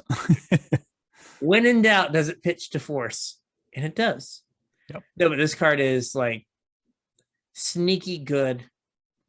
And like we'll see play. Like I'm assuming that like in Historic, there's a ninja deck. Oh, for sure. Right? Because I mean they brought in a couple ninjas. Yep. They brought in like Knight of not Knight, gosh. A Ninja of Deep Hours. Mm-hmm. Maybe like one or two others. Yeah. So like this plus like even like the 1-mana 1/1, the other 1-mana 1/1 flyer from this set. Mm-hmm. Like you've got your enablers. And you also have Changeling Outcast. Yeah, and they have what's his name? Ingenious Infiltrator is on in Historic. So like you have like all of the pieces for a ninja deck that is unfortunately probably not as good as Rogues, just because Rogues just plays at like instant speed. Yeah. But still it'll be like fun, right? Mm-hmm. Like the best Fading Hope deck is the ninja deck. Mm-hmm. For sure. Yeah, just like, and I'll get in, draw a card. I'll bounce your thing, get in, draw a card. Just having my best life. Yeah. Spell Pierce and stuff like that's like Turbo Fairies. Yeah. Oh, exactly. Yeah. Spell Pierce too. I didn't put that on the list because it's been reprinted a million times, but Spell Pierce is back. Yeah, but like Spell Pierce to like back all of these like cheap ninjas up, like removal spell? No. Yep. All right. Oh, buddy. I don't know how I feel about this card. Weren't you the one that asked for it? Maybe. I think you did. So this is Blade of the Oni. Yep. It's 1 in the black for an artifact creature equipment demon. So it's a 3/1. Yeah. It has menace, and your equipped creature has base power and toughness 5/5, has menace, and is a black demon in addition to its other colors and types, and it reconfigures for 2 black. So you can get it with Stoneforge. Mm-hmm. You like have the same problem with the other reconfigured cards, which is like God help you if you reconfigure and they like, I don't know, spike you hazard this. Yeah, that's a bad day. It's a bad day. But I mean, if it's just a 1 in the black 3/1 menace, that card's almost good enough. Yeah. Like, and I think this right, like this could be something that like would go in like a mono black deck. Mm-hmm. Where right, like you play it like your A plan is kind of, this is a 3/1 menace, like it's just gonna beat down. Yeah. And then like if your opponent's like, you know, plays a Narset and like reveals a Supreme Verdict, you're just like, all right, buddy, my turn for suit up. Yeah, you hop on someone, we'll kill the Narset, and now next turn, you know, when they wrath, my 3/1 comes back. Yeah. And like you like kind of pre-build, you rebuild before the wrath happens. Or you make them have to like answer the creature that's wearing this before they can wrath. Yeah. So in those regards, it's good. But I also kind of feel like the rare one's better. Could be. But this is... I had a quick thought while we were talking about this just now. Okay. Is this like the cheapest demon? Demons are normally like 5-6 mana, right? Yeah, probably is the cheapest demon. Didn't we just get a card not too long ago that cared about having like 4 different named demons and then you like win the game? Oh, yeah. It's like It was something like, Liliana's something contract, whatever. yeah. Yeah, I guess this would let you get like a demon, which is kind of weird. What is your demon's name? The Blade of Oni. That is, yeah, no, it could be the cheapest demon. Also, this is the Blade of the Oni. It's on this very fancy stand, kind of standing itself up. Not legendary. Nope. There's apparently like every Oni has one. Yeah, I mean, there's a ton of them, and they all got bug legs like this thing. Yeah, it's fine. Yeah. So like you're not even punished for like playing 4 of these. You're just like here's 1 menace, turn 3/1 menace into 2/1, can't block. All right, I'm just gonna keep hitting you with these. Yeah. You're never gonna block me. Not that I think it's particularly good, but there's a lot of demons that care about you, like sacrifice fodder. Mm-hmm. And like this thing gives you something to do with your sacrifice fodder, like when it's not being sacrificed. Oh yeah, like it's just like yeah, you're like 1/1 stupid token that you don't care about. You're just like, cool, now you're a 5/5. You have to care. Yeah, no, I think that it's also weird, like it makes it a 5/5 instead of just being like you get +5/+5. I guess it just turns it into like exactly it just turns it into the demon sets. Yeah. As opposed to making it big. You know What? what else is cool is you mentioned this isn't legendary, right? It is not. So if you're playing whatever, I can't think of that thing is that cares about different named demons, like you can have one of these as an equipment and it counts as a Blade of Oni as a name, and you can suit this up onto your human token that has human as the name, and it's a different named demon. Look at you. We're doing it. We're doing it. The deck is terrible, but it is a thing you can do. It wins every game by going turn 2, 3/1 menace into turn 3, 3/1 menace into turn 4, 2, 3/1 menaces. That's how it wins all of its games. All right. Dakuchi Silencer, which I had not noticed in the smaller art. The weird guy on his shoulder. Yeah, behind him. Yeah. Looks kind of like a Muppet, but like a really scary Muppet. Yeah, it's like a Muppet after like a 5-day bender. Yeah. It's Grover that just got back from Vegas. Yeah, exactly. Exactly. Fear and Loathing in Sesame Street. So this is 1 on the black for a creature human ninja, a 2/1 at uncommon. We've talked about a lot of uncommons in this set. Yes. Has ninjutsu 1 on the black. And when it deals combat damage to a player, you may discard a creature card. When you do, destroy target creature or planeswalker that player controls. It seems pretty solid. Like 1 in a black's a pretty cheap ninjutsu cost. Mm-hmm. And then this just turns like every creature in your hand into a removal spell. Yeah. So on like one hand, my first thought was like, like especially like in limited, I want to be casting my creatures. Mm-hmm. But it's not on the cube list, but it might after I have this after I've thought about it for a second, right? If there are creatures you want to get in your graveyard, oh yeah, right, this gives you another discard outlet to like fill up your graveyard with things. So I don't know how, like, you are right in limited, like if you have some expensive thing that you're dying to the stupid Platinum Angel equipment, right? And you're like, well, I got to get in with this guy and discard whatever. Like, then it's great, right? Your 2 mana card that is bad. I would say Grizzly Bear, but there aren't any of those in the set. Your 2 mana Grizzly Bear becomes Terminate. Amazing, right? But also, if you're just like, I want to get this card in the graveyard for value for some reason, this do that as well. So I've warmed up to it just from talking about it because it's like, oh, I might want to discard something on purpose. No, I think it's pretty cool. Like, yeah. Another thing about this limited format in particular is I know in the past when we've done these set review episodes, I think I have always put like the black good common or uncommon removal spell in the show notes because I wanted to call it out and say, this is, I'm pretty sure in the last few sets, it's been like very good. It's been below rate. And it didn't jump out at me this time. You mean you weren't hyped for Assassin's Ink? Yeah.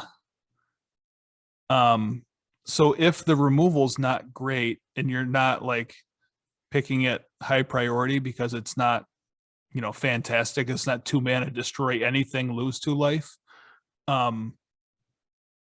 Like this, the value of this goes up because you're just kind of naturally going to have more creatures than normal if you're not like filling up with removal spells. And then, being able to turn like all of the garbage creatures in your deck into kill your biggest thing is pretty good. Yeah, no, agreed.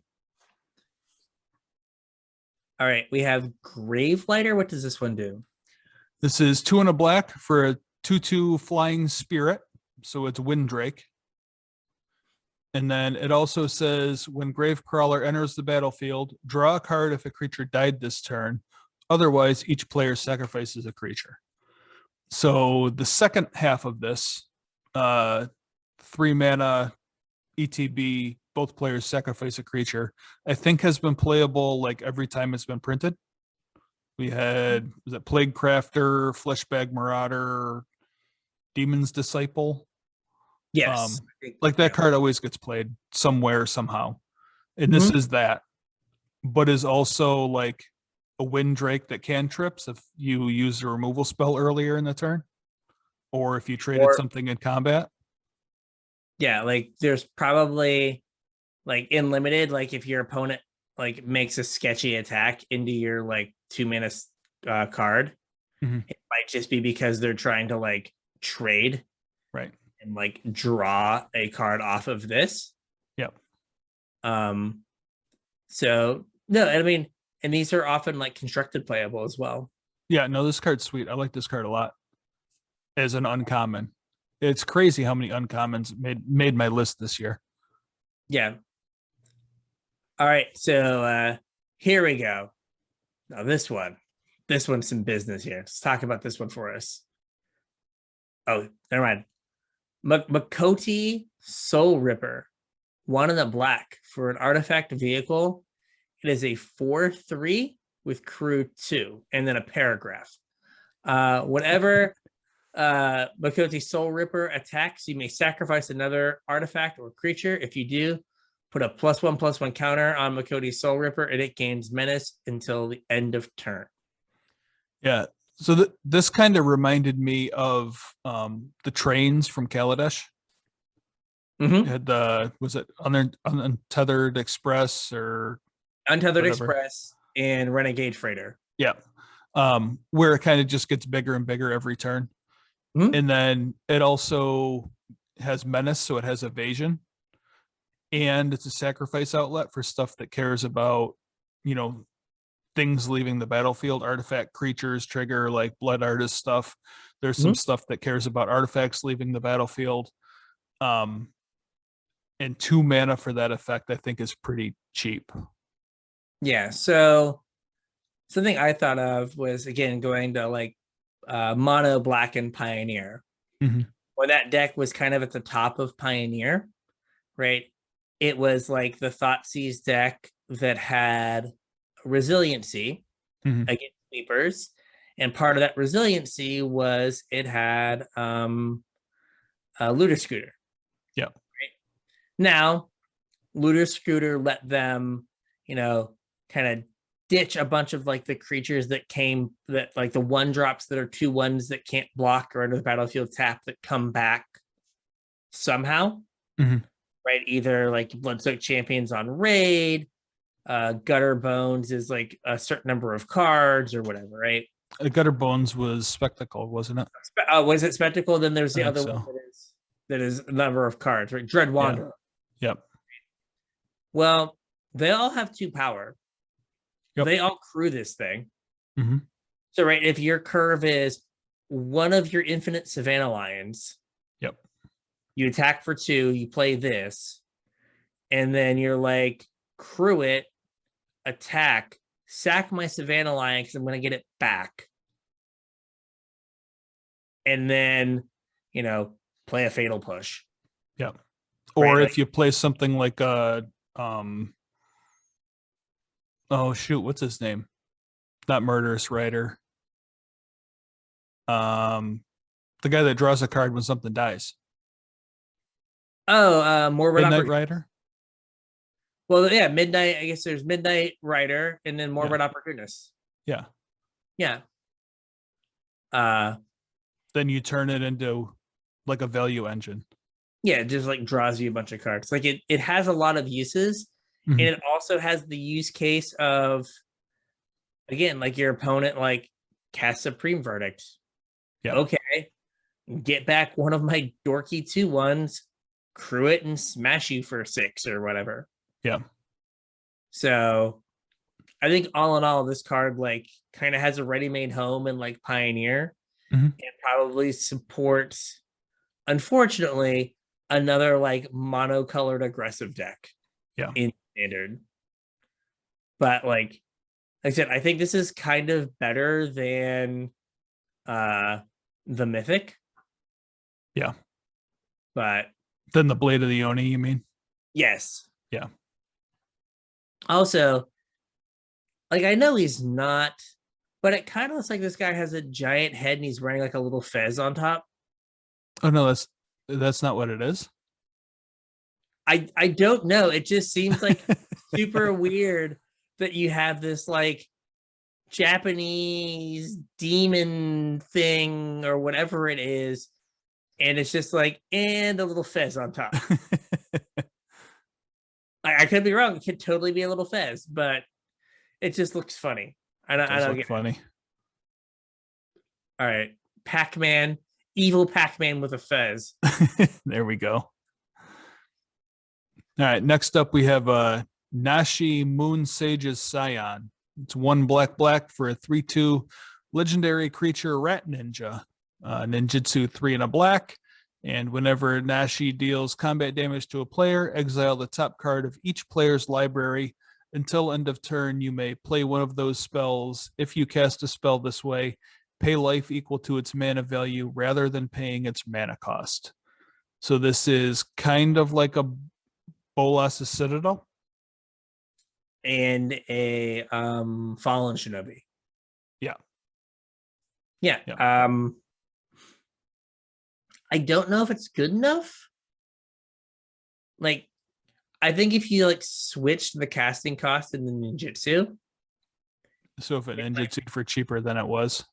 Yeah, like if it ninjutsu for 3, maybe, but having to wait till 4 to get that effect. But like there are definitely times where like you're gonna hit your opponent and you're gonna flip an Azeka's Chariot, pay 4 life, and win the game on the spot. Yeah. So, and it's also something that's probably only ever going to get in once, right? Well, I mean, unless you can bounce it back to your hand. Fair. But like, it's never going to like get in on the ground usually. Right. But yeah. I mean, it's got no evasion by itself. Yeah. It's one of those that's like super swingy that like if the top card of your library is like good and they just like pay it, you're just like, oh, I can never win. Yeah. But if they're just like Swamp, you're like, okay, cool. I can beat Swamp. Well, I mean, you get to pick. Like, I mean, the chances you're probably going to hit something usable between like your library and your opponent's library. Oh, okay. It's so each player's library. When I was reading each player, I was thinking each opponent, commander, each opponent. Yeah. So okay, it is just kind of Fallen Shinobi. Yeah. Where like Shinobi gets 2 off of their deck and you get to pick 1 to cast, right? Yeah. This is you get 2, but you get 1 off each player's library. Yeah, no. Well, no, you get 1 or the other. You pick one of them. Yeah, but you get 2 and you pick 1. So it's kind of Yes. just all on Shinobi. Yeah. So yeah. Okay. It's better than I thought. But yeah, I don't know. I think you will like just lose games. Like even in constructed, if you get hit by this Mhm. and there's like anything good on top of your deck, Yeah. like on top of either deck, you're just gonna be like, oh, cool. And unless you're horrifically behind, like always just pay whatever life Oh and yeah. cast the thing. Like, don't be like, oh, I'm at 15. I don't want to pay 5. You definitely want to pay 5. You absolutely want to pay 5. Yeah. Unless they're gonna kill you, like just pay the 5 and get the free cards. Yeah. Right. Like in modern for years, and even still a little bit now, people will pay 1 mana and 4 life to kill like a 2-drop. Mm-hmm.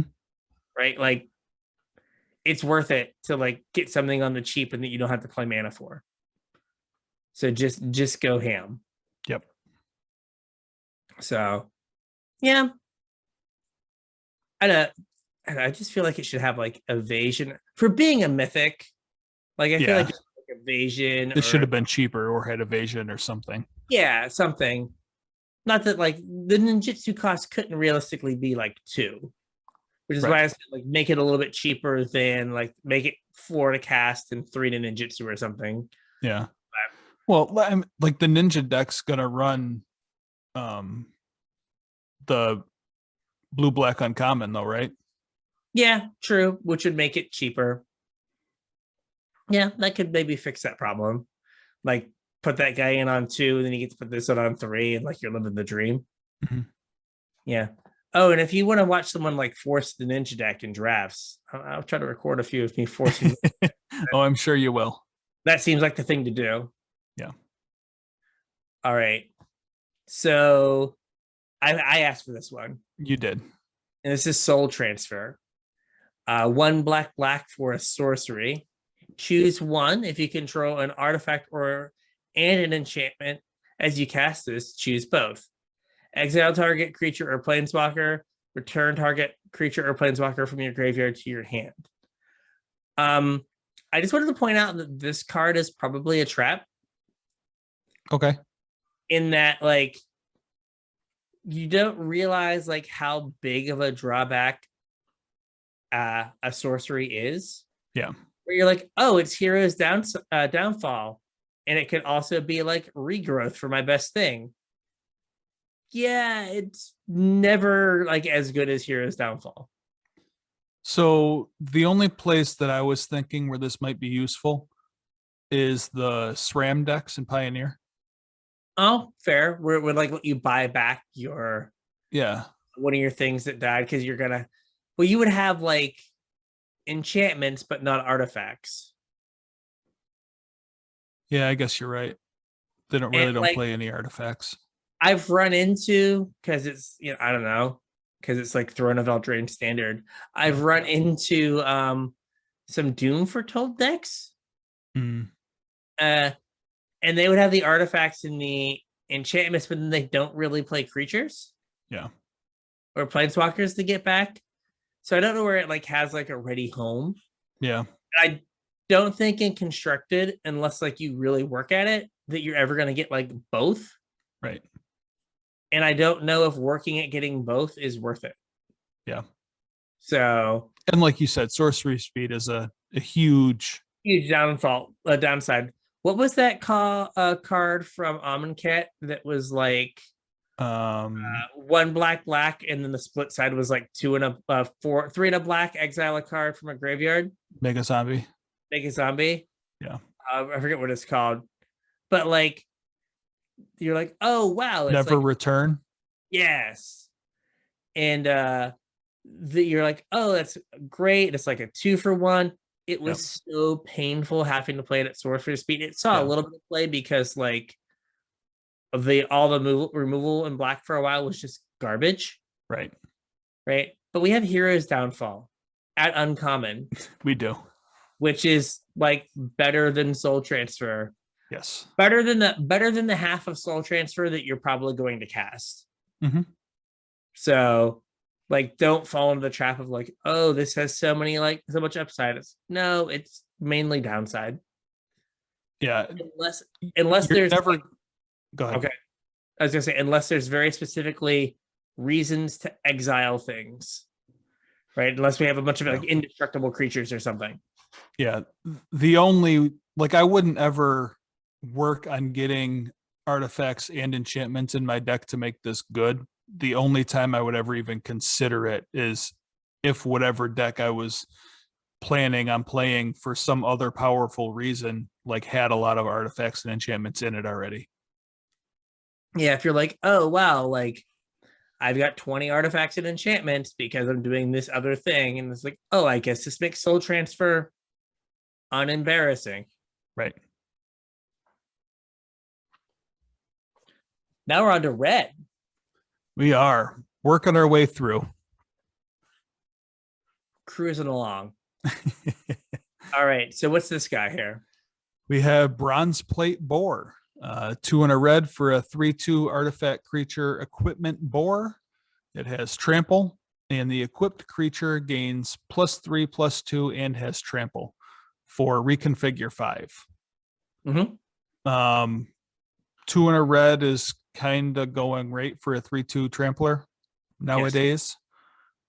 And the reconfigure 5 is kind of steep, but it just turns anything into like instant threat, right? It does. I mean, especially like this is one of the few that just is like, I'm gonna put my stats onto you. Yeah. They're like, this is like a reasonable, if not like not impressive, like aggro creature, right? It's not embarrassing if you play this on turn 3. Yeah. But then like on turn 5, it turns like stupid goblin tokens you have into actually like beaters. Right. And again, like if you play in like your Mechanaut, right, it's getting cheaper. If there are other like artifact synergies you can take advantage of, yep, like just being an artifact might matter as well. Yep. I think it's pretty solid. It is. All right.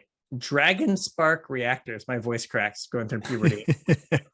Hey, we've been going for an hour now, so. Okay. Whenever Dragon Spark Reactor or another artifact enters the battlefield under your control, put a charge counter on Dragon Spark Reactor. And then 4, sack Dragon Spark Reactor. It deals damage equal to the number of charge counters on it to target player, and that meant damage to up to 1 target creature. So it's kind of the the artifact Shrine of Burning Rage. Mm-hmm. The Shrine of Burning Rage only costs like 2 to activate. Yeah. But this also like picks off a creature. Like Shrine of Burning Rage, I don't know, 90% of the time just went dome. Mm-hmm. Right? This like gets to do both. Right. Like, okay. So like you're more apt to like get it to like 4 or 5 and like kill a creature and like deal 5 to your opponent, where like Shrine of Burning Rage, if it, 5, 6, 7, you're like, okay, now I just go dome. Yeah. I think it's important to note that like a lot of the creatures in red in this set are artifacts. A lot, yeah. So this can probably be one of those things where you just like set it and forget it. Like this is just your 2-drop, and then you play a normal game of Magic, and then on turn 7, like you kill them because you've cast enough spells. Or, you kill their creature, you deal them enough damage, and then you're like, okay, attack. Yeah. You get them dead that way. Yeah, no, I think it's one of those things that like if it's in your deck and you've made your deck so this is good, it's going to just be like amazing and limited. Mm-hmm. And like in standard, maybe like in constructed, like this is a way to like, what was that deck I played a long time? Like, whatever, the Teamer creation deck. Oh yeah. You just like play this, and you're just like artifact. Yeah. I guess you're dead now. Cool. Yep. Thank you for participating. It's a little harder to get to 4 mana than it was to get to 2 for Thassa's Oracle, but right, like again, or like some like KCI style like eggs deck where you're just like, I'm gonna cast just a bunch of artifacts. Or things that make artifact tokens. So again, like blood fountains, like here's 2 artifacts, it's 2 counters.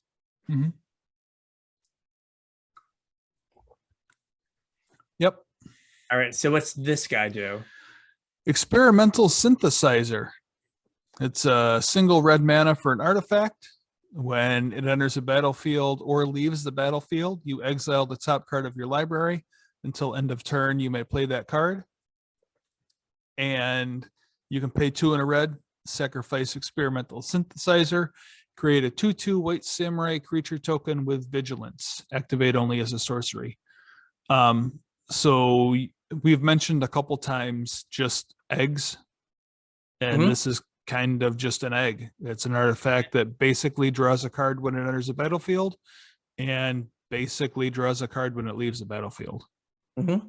So just a cheap thing to up your artifact count, like for the last card we talked about, the Dragon Spark Reactor. I don't know, seems all right. It's common. Yeah, being common, it also is going to let you, right, if you have like 2 or 3 of these, right, you probably get to start cutting lands from your limited deck. Right, you like play this on 2 to try to hit your land drop. That's true. Hadn't thought about that. Right, and then when you get to 3 mana, right, you pay 3 and you try to hit your 4th land drop with it. Yep. Right? So, and like you got to get to pick. Like early in the game, it can be just like hit my land drops, and then if you flood out, it's like, okay, get a blocker plus maybe hit like a 4-drop for my, because I have 7 lands in play now or something. Yeah, it's also like randomly makes a samurai for the red-white archetype. So it's important to keep in mind. Yeah. So it's not just like an artifact card. It can also be kind of a samurai card. Yeah. Or like a tokening card as well. Yep. All right. We have Explosive Singularity. This is one that I added to the list. 8 red for a sorcery. This is the mythic red sorcery that's overcosted and never sees play. As an additional cost to cast this spell, you may tap any number of untapped creatures you control. This spell costs 1 less to cast for each creature tapped this way, and it deals 10 damage to any target. So this is a 10 damage fireball with Convoke. That's a lot of damage. It is. It's also like a lot of mana.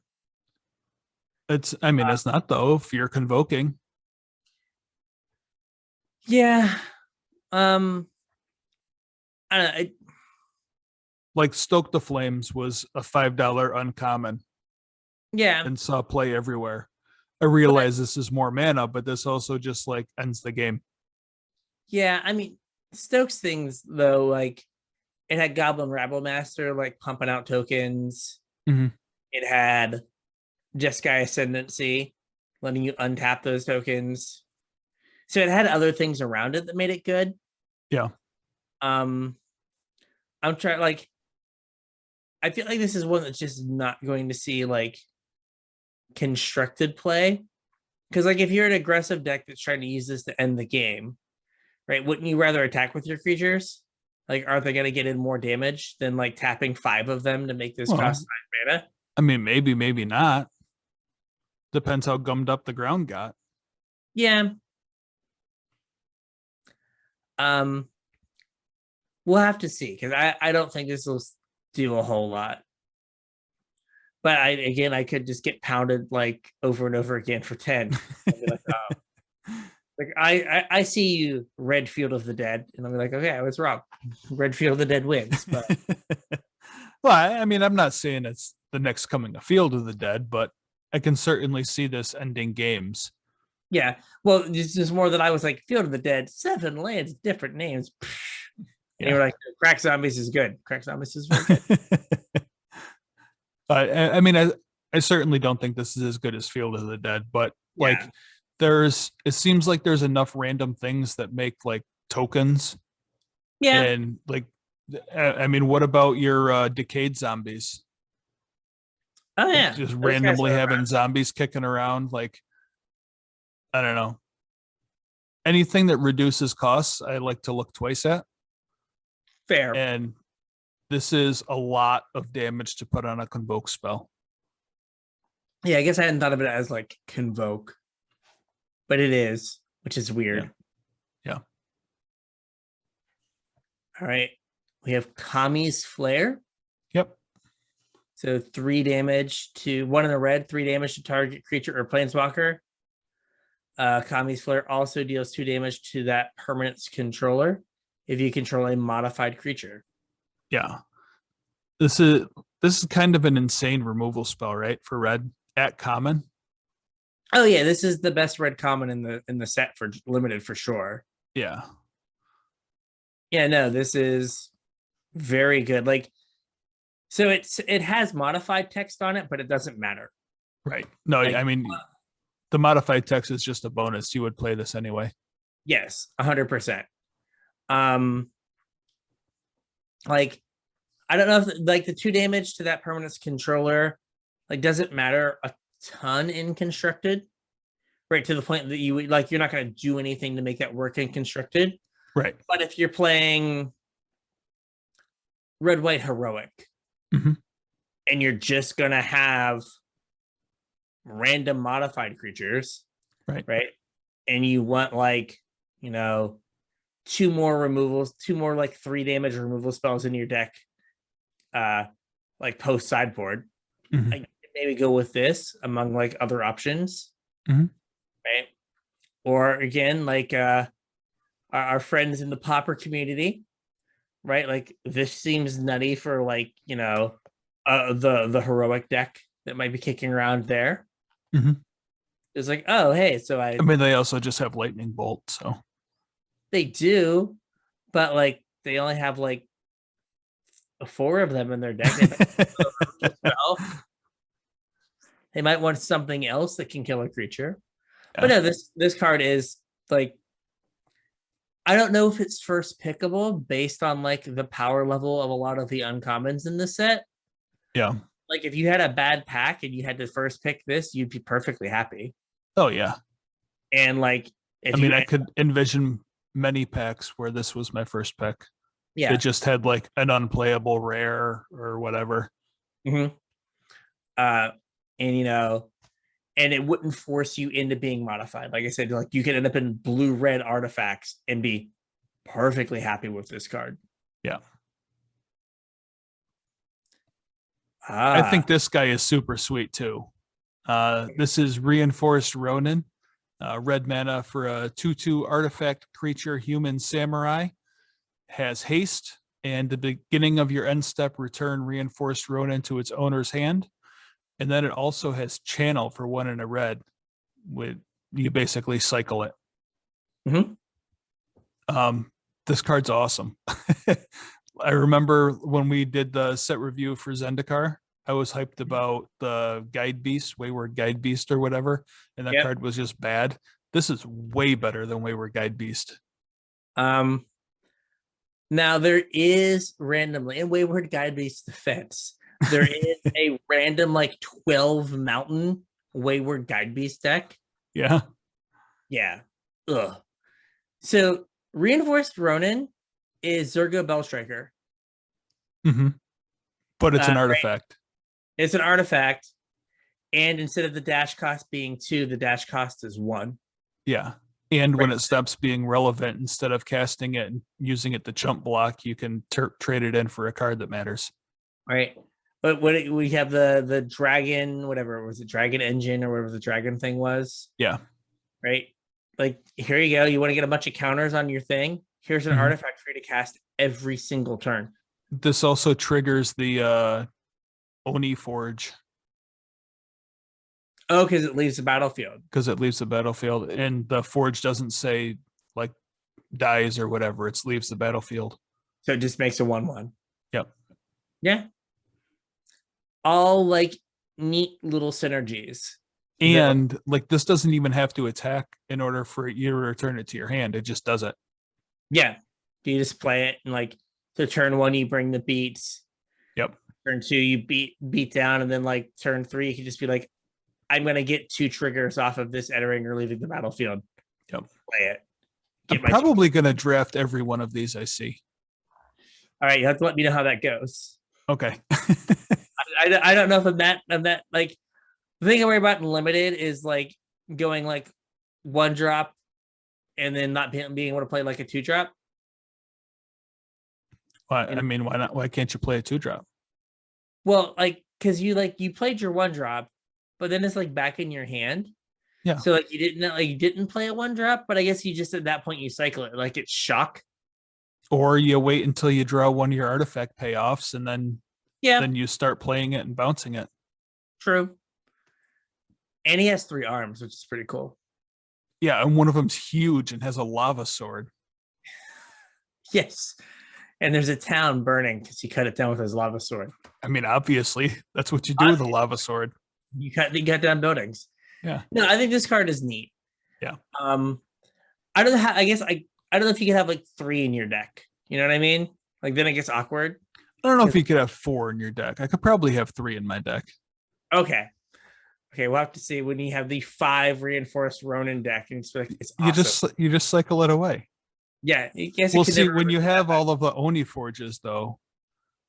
Well, I guess Oni Forge doesn't work, but when you have all of the Dragon Engine things, then you can play all 5 and then bring them all back to your hand. Yeah, and you just are like, your turn 5 is just put 10 power on the board and pick it back up. Yeah, you, my friend, are currently on a 2-turn clock. Yes. All right. We have, what is this guy? Thundering Raiju. Okay. 2 red for a 3/3 spirit with haste. Whenever Thundering Raiju attacks, put a +1/+1 counter on target creature you control. Then Thundering Raiju deals X damage to each opponent, where X is the number of modified creatures you control other than Thundering Raiju. Okay. So this is a 4-mana 4/4 haste that shoots your opponent for 1 the turn it comes out. No. Yeah. No, it's other than Thundering Raiju. Yeah. So it's a 4-mana 4/4 haste when it comes out. Yeah. And I mean, it can be a 4-mana 3/3 haste that shoots your opponent for 1. Because like you get 4/4 worth of stats regardless, as long as it gets to attack. So like if you have, a 3-drop, you're just like, okay, this, put the counter on my 3-drop, you take 1. Hopefully your 3-drop gets in now because it's bigger. Mm-hmm. Yeah. Initially I was like, it's a 4-mana 3/3. Like, what is this? Like 1996? But well, like Immersturm Predator was a 4-mana 3/3. Kinda. And then it was like a 5/5 indestructible, like a turn and a half later. No, I think that this is interesting. Like it has like a I guess it doesn't really have I want to say Glorybringer, but that's the wrong one. What is our current dragon that's busted? Goldspan. Like it kind of doesn't even really have a Goldspan dragon because I guess it probably because it can get bigger than Goldspan. Mm-hmm. So I don't know. It's interesting. I initially thought like this card isn't good, but the more I think about it, like it kind of lines up fine. Yeah. And like if you just randomly have some modified creatures. Mm-hmm. Well, I mean, this thing modifies your creatures too. If you just randomly have creatures, like it snowballs.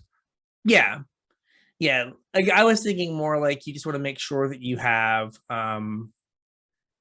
like ways to make sure you get the ping. But like, what's it called? Showdown at the Scalds? Mm-hmm. Or if you're like red white and you like turn 4, you play Showdown. And then turn 5, you play this, put a counter on one of your creatures, attack. Yeah. Put a counter on it. Now you have a 4/4 that pinged for 1. Your other creature is bigger. And then like next turn you go ham. Mm-hmm.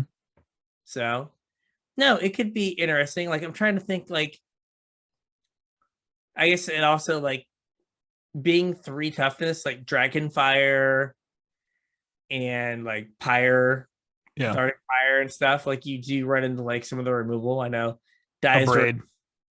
Dies to removal is not a reasonable argument for why a card may or may not be good, but Yeah. 3 toughness is a pretty like common break point for like, oh no. Well, you just gotta cast it and then hit the attack all button really quick so your opponent Really doesn't have a chance to kill it. Just really get in there. Yeah.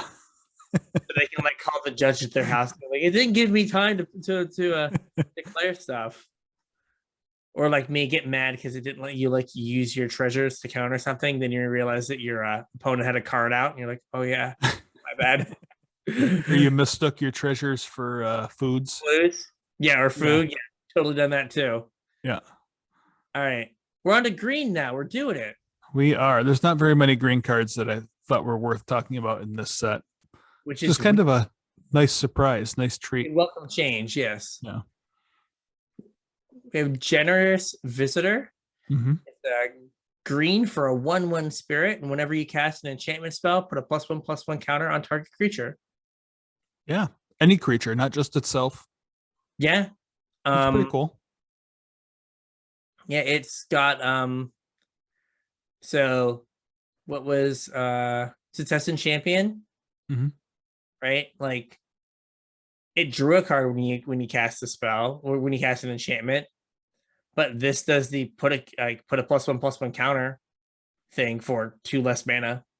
Yeah, like that was kind of the problem with Cataxian Champion was like turn 3 was kind of an important turn that you had to take off to just set up for your turn 4. And this thing, like, you're not taking a tempo loss to do it. Right. And I mean, not that the blue-white enchantment deck really needs Generous Visitor, but like we have definitely seen that you can just play a game plan where you just protect your thing. Mm-hmm. Not so much that it has like hexproof. Right. Right. Where you can just be like, okay, Karametra's Blessing, or Stupid Dog, Mm-hmm. And like protect your thing and just like go all in on it. So this is another thing that you can kind of go all in on, but it doesn't draw you cards, which is kind of a downfall in like historic. But I don't know. Like the other thing that's kind of cool is normally when we get this effect, it's go tall. Mm-hmm. And this guy spreads the love. Yeah. So unfortunately, like it's on cast. So like if you play the dog, mm-hmm. right, the counter has to go on your Generous Visitor. Right. But like that seems like, yeah, that's fine. A reasonable limited or like the bones of like a constructed deck, because usually like your enchantments are enchantments, but there's enough enchantment creatures in this set that this could just be like, oh, you're getting, kind of like incidental value from just like casting creatures. Yeah. Ah, yes. Oh, yes. The Ancients. 1 green for a sorcery. It's, create 2 4/5 green spirit creature tokens. For each of them, you get to pick if they get a vigilance counter, a reach counter, or a trample counter. Yeah, so 4 mana for 8/10, or sorry, 5 mana for 8/10 worth of stats. Yeah, that's a lot of stats for 5 mana. That is a lot of stats for 5 mana spread across 2 bodies that are also going to get an ability. Mm-hmm. And then what happens if you play on turn 4 in a Seeker's Chariot? You get lots more. Yeah. It's like in the mono green deck, its competition is Ren and 7. Mm-hmm. And I'm assuming Ren and 7's a little better.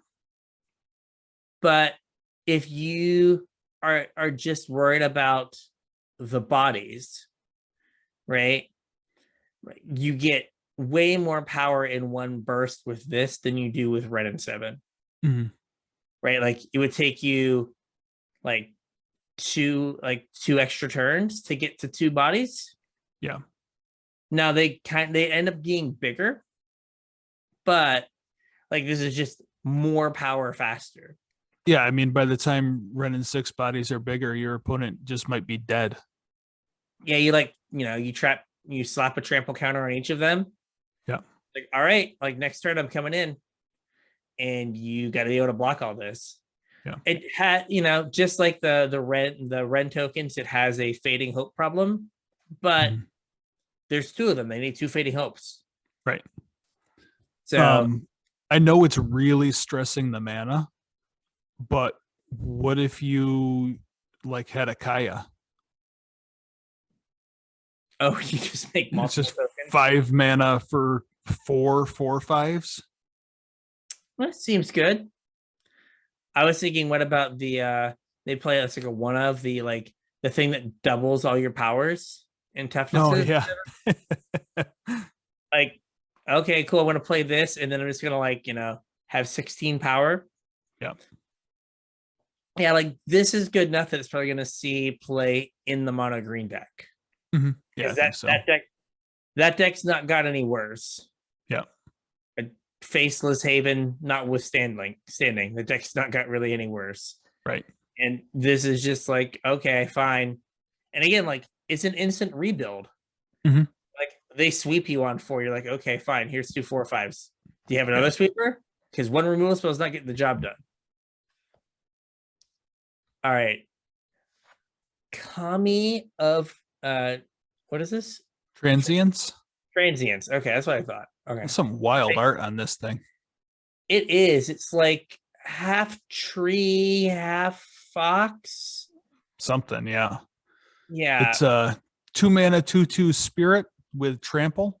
And whenever you cast an enchantment spell, you put a +1/+1 counter on it. So that's pretty typical payoff for an enchantment style deck. Yep. And then it has at the beginning of each end step, if an enchantment was put into your graveyard from the battlefield this turn, you may return Kami of Transients from your graveyard to your hand. So kind of like you were saying before about how like you want to protect your threats, this kind of has protection built into it. Like if you put an aura on this thing, like we have all of the runes still in standard, enter the battlefield, give a buff, draw a card. This thing will just come back to your hand after it dies. And for 2 mana, like it's not a huge tempo hit to have to rebuild it. Yeah. So I thought it was interesting. It's cool that they're putting all these enchantment pieces in here, and I hope Enchantress can get some love. In standard. Yeah. Or I don't know, we can, not make it so Enchantress is just stupid 9 lives. Which I'm also guilty of being like, oh, 9 lives, and then playing against them, like, oh, I'm just gonna have to sit here for 20 minutes. Yeah. Like, kill me with this stupid Kami. Let's go. Yeah. Let's not make me just sit here for an hour. The Ninja Turtle. The Ninja Turtle. I like that he's even wearing a mask. Yeah, and like he's kind of got a sword and his hat's blue. Like this is like vaguely Leonardo. So Capitech Wrecker is a 1 and a green for a 1/3 with ninjutsu 1 and a green. I like how he didn't get reminder text on what ninjutsu meant. Yeah. Text box was too full. Capitech Wrecker enters the battlefield with a death touch counter on it. Whenever it deals combat damage to a player, you may remove a death touch counter from it. If you do, exile target artifact or enchantment that player controls. Yeah, so it's all right. I don't know that it's better than like Rex Sage. No, like I don't think so. Right? It's like you have to be able to attack to get it in, or like ninjutsu it in. But like in limited, like attack, they're like, okay, no blocks, and you're just like, cool. Ninjutsu this in, kill your like greater Tanuki. Yeah. Cool. Now I'm stuck with like a 1/3. Not just kill it, exile it. Yeah, like go away. Yeah. Like, that just seems perfect. Mm-hmm.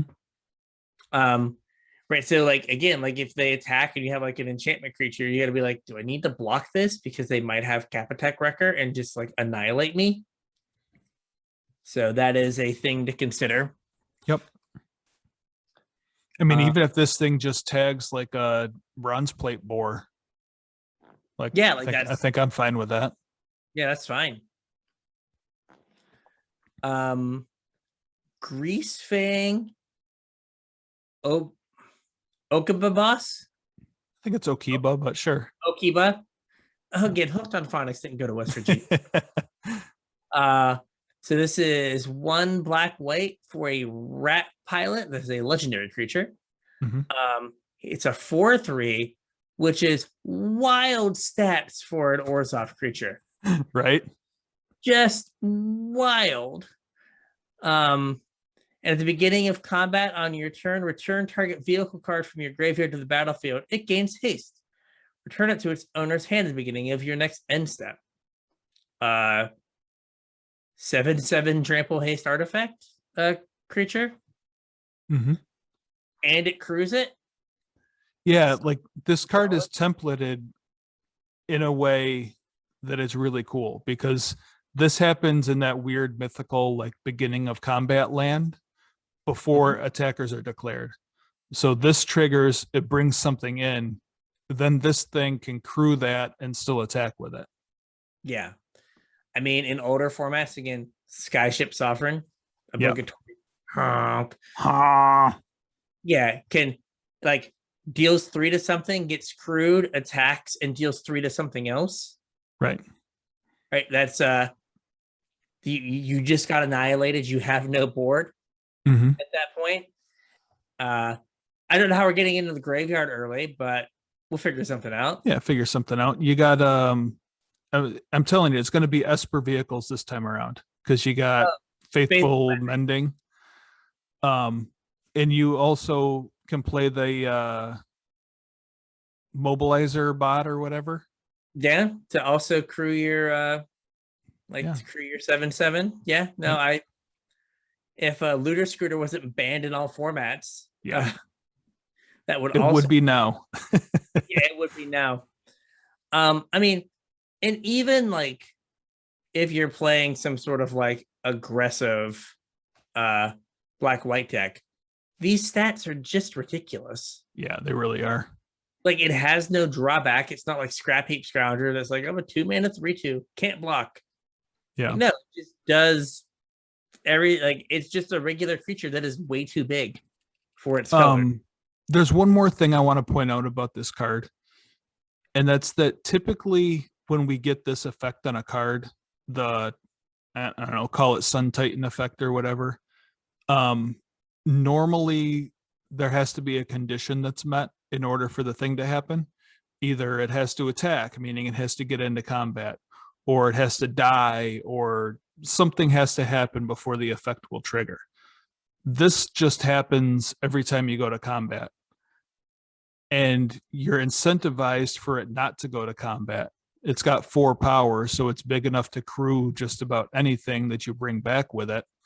And then it's safe. Like you're using it to crew the vehicle's going into combat. This thing's safe to do it all over again next turn.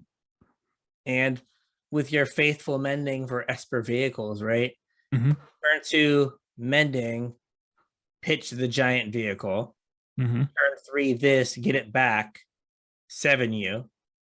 Turn 4 flashback Faithful Mending, pitch the giant vehicle. There you go. Do it again. So Faithful Mending gives you 2 bites at giant vehicle.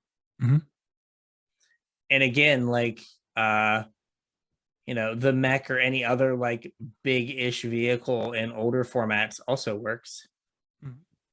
Right? I mean, in historic Mardu vehicles, like you have Faithfuls looting. Right. So that could also work.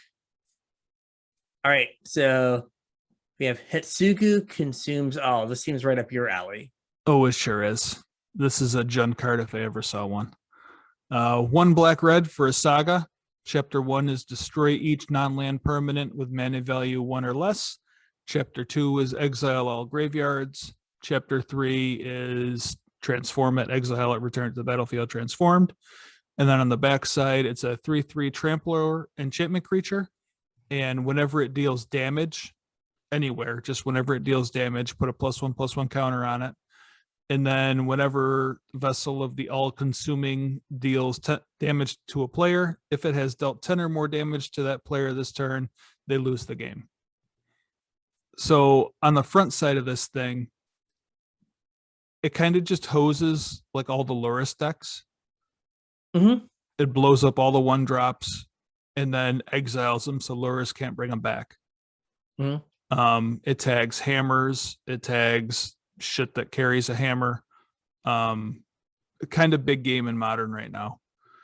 All the Urza Saga tokens. That's true. It has all the Urza Saga tokens. Yep. And then on the backside, like, it's kind of a weird backside. It's somewhere between like Raging Ravine and Dreadhorde Butcher. Like, it's gonna get bigger like every turn basically. And you can also, I think, kill the next turn if you put the lizard blades on this thing. The double strike blades. Yeah, do they don't give +1/+1, do they? No, I think they're just double strike. So it would deal 3 and then 3 4. and then 4. And then the next turn, yeah, I guess it'd be 4 and then 5. So that's not enough. Yeah. But no, it'd be 5 and then 6. It'd be 3 and then 3. Yeah, but I mean, then they're just dead from like regular damage, right? Well, yeah. Yeah, that's true. Yeah. I mean, if you have like lizard blades and then pump spell. Yeah. So. But I guess then they're pretty much just dead too. So. Yeah. But yeah, I mean the fact that you just get like a 3/3, like even without that other text, right? A 3/3 that grows when it like deals damage. Yeah. Raging Ravine. Yeah. Is fine. And like getting ovens from Cat Oven. Yeah. Their and food cats. Stuff. Yeah, cats and food. Yep. And all that stuff like all seems pretty good. Mm-hmm. All right. So this one we kind of forgot because it was like one of the first cards spoiled. Yeah. It was kind of leaked before it was spoiled, right? I think. But we have Satori Umezawa. So 1 black blue for a 2/4 legendary creature human ninja. And whenever you activate a ninjutsu ability, look at the top 3 cards of your library and put one of them into your hand and the rest on the bottom of your library in a random order. This ability only triggers once each turn. So whenever you ninjutsu something, you get to anticipate. And then each creature in your hand has ninjutsu 2 blue black. Makes so Ninja Emrakuls. Ninja Emrakuls, Ninja brands. They come in, gain you 7, draw you 7. So that was kind of where everyone's head went. And like that is the most broken thing to do with it. And I still probably think that it's probably the best thing to do with it. I don't know. The most fun thing. How about that? Sure. But like it was just a card that we were all like, oh my gosh, think of all these opportunities. And then like we just all forgot about it once the rest of the set came out. I was like, wasn't there some card that gave everything ninjutsu? And like was like, oh yeah, this card. Well, like it's kind of out of place in this set though, because anything that you'd want a ninjutsu in that's in this set already has ninjutsu. Yeah. Yeah, it so is. So it's weird. True. Like it's easy to forget from that aspect. Yeah. Because there's nothing really like huge that you want to try to ninjutsu in. Yeah. Though, like if you get to get someone with like a walking skyscraper in limited, you're done. I did it. I'm leaving now.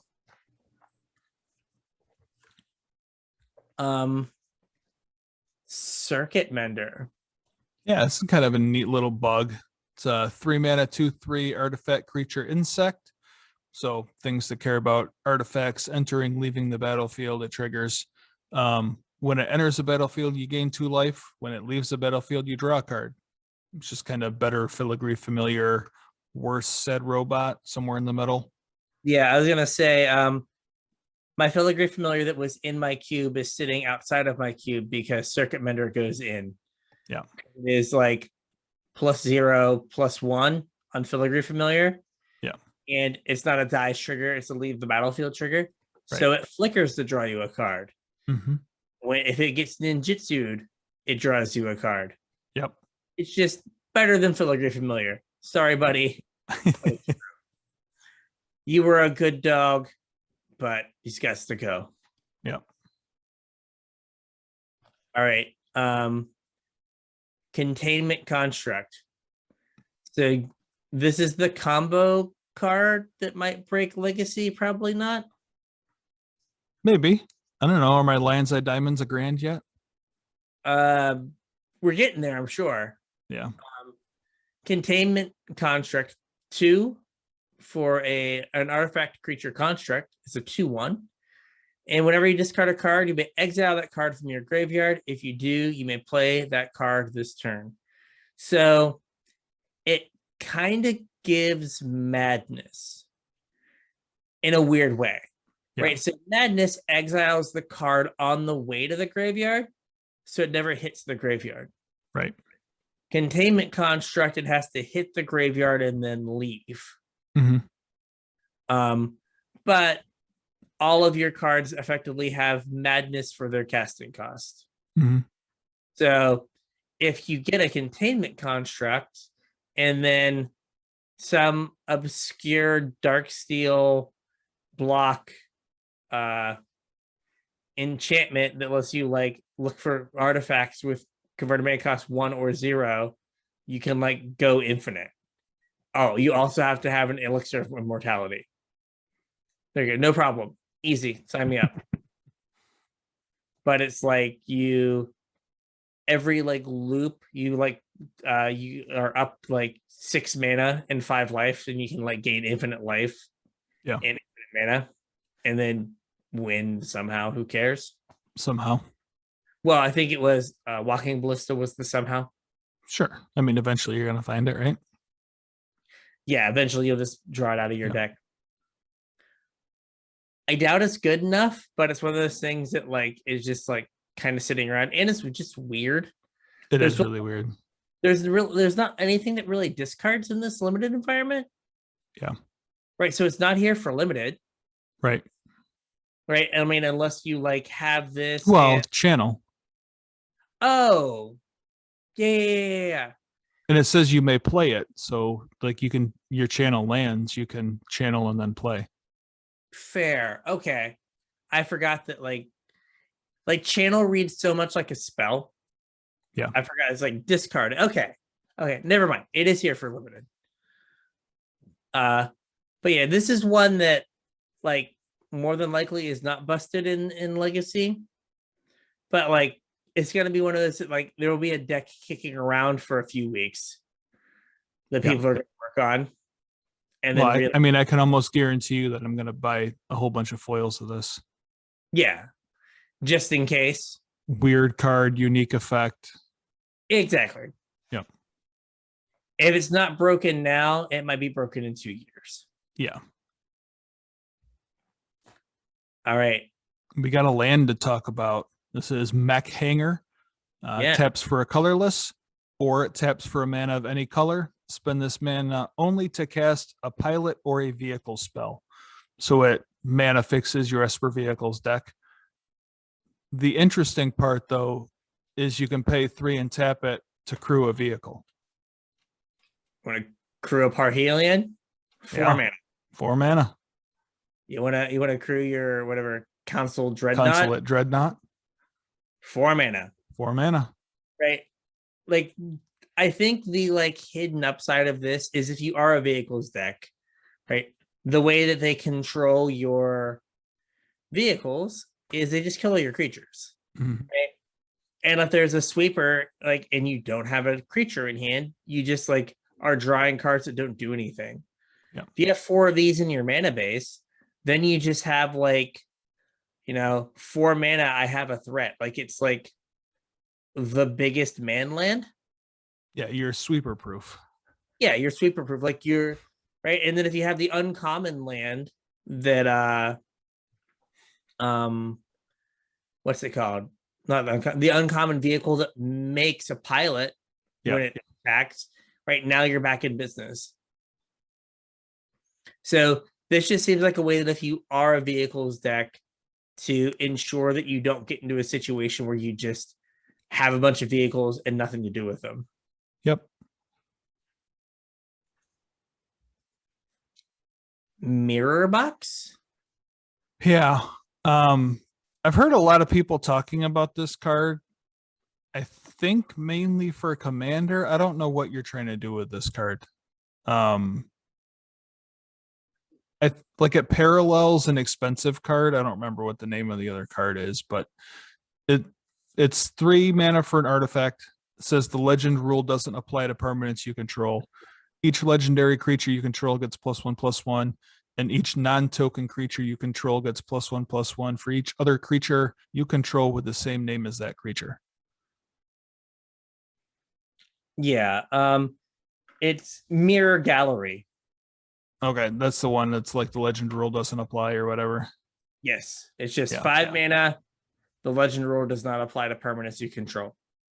Yeah. Which is super weird that like we have a magic card that's just referencing the rules.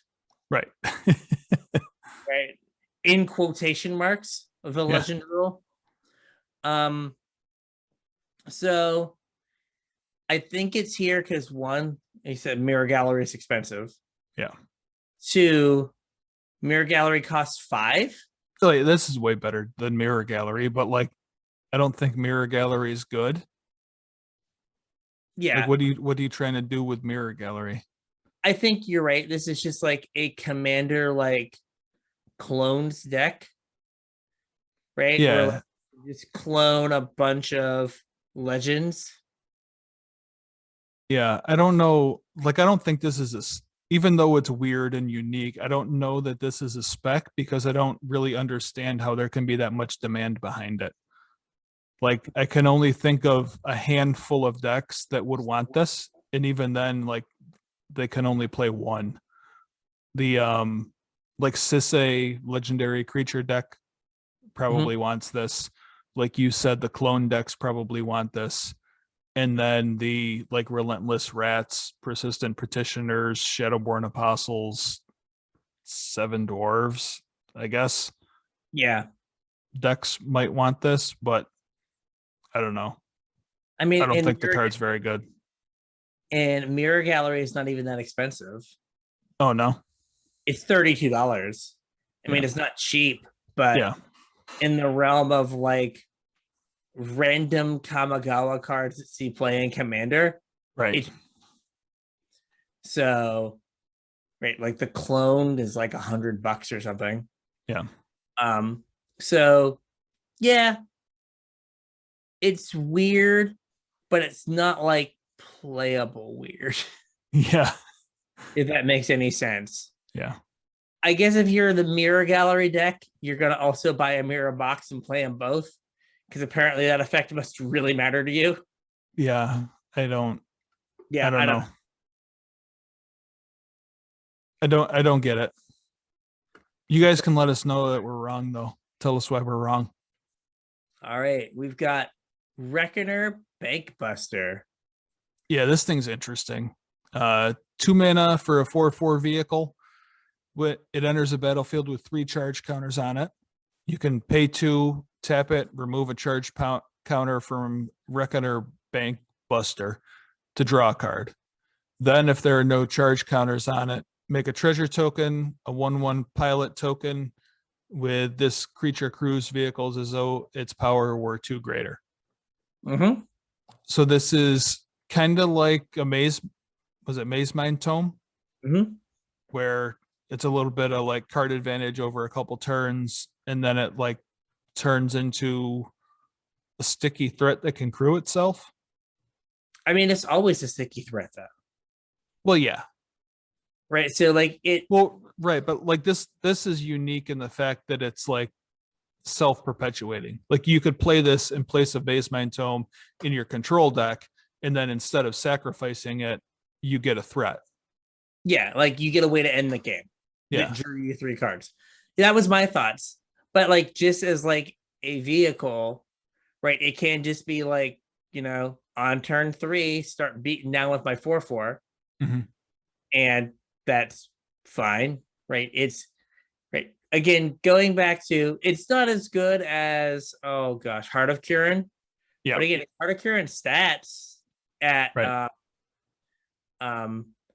On the ground that like if it can attack, you're just like, fine, I'll draw a card.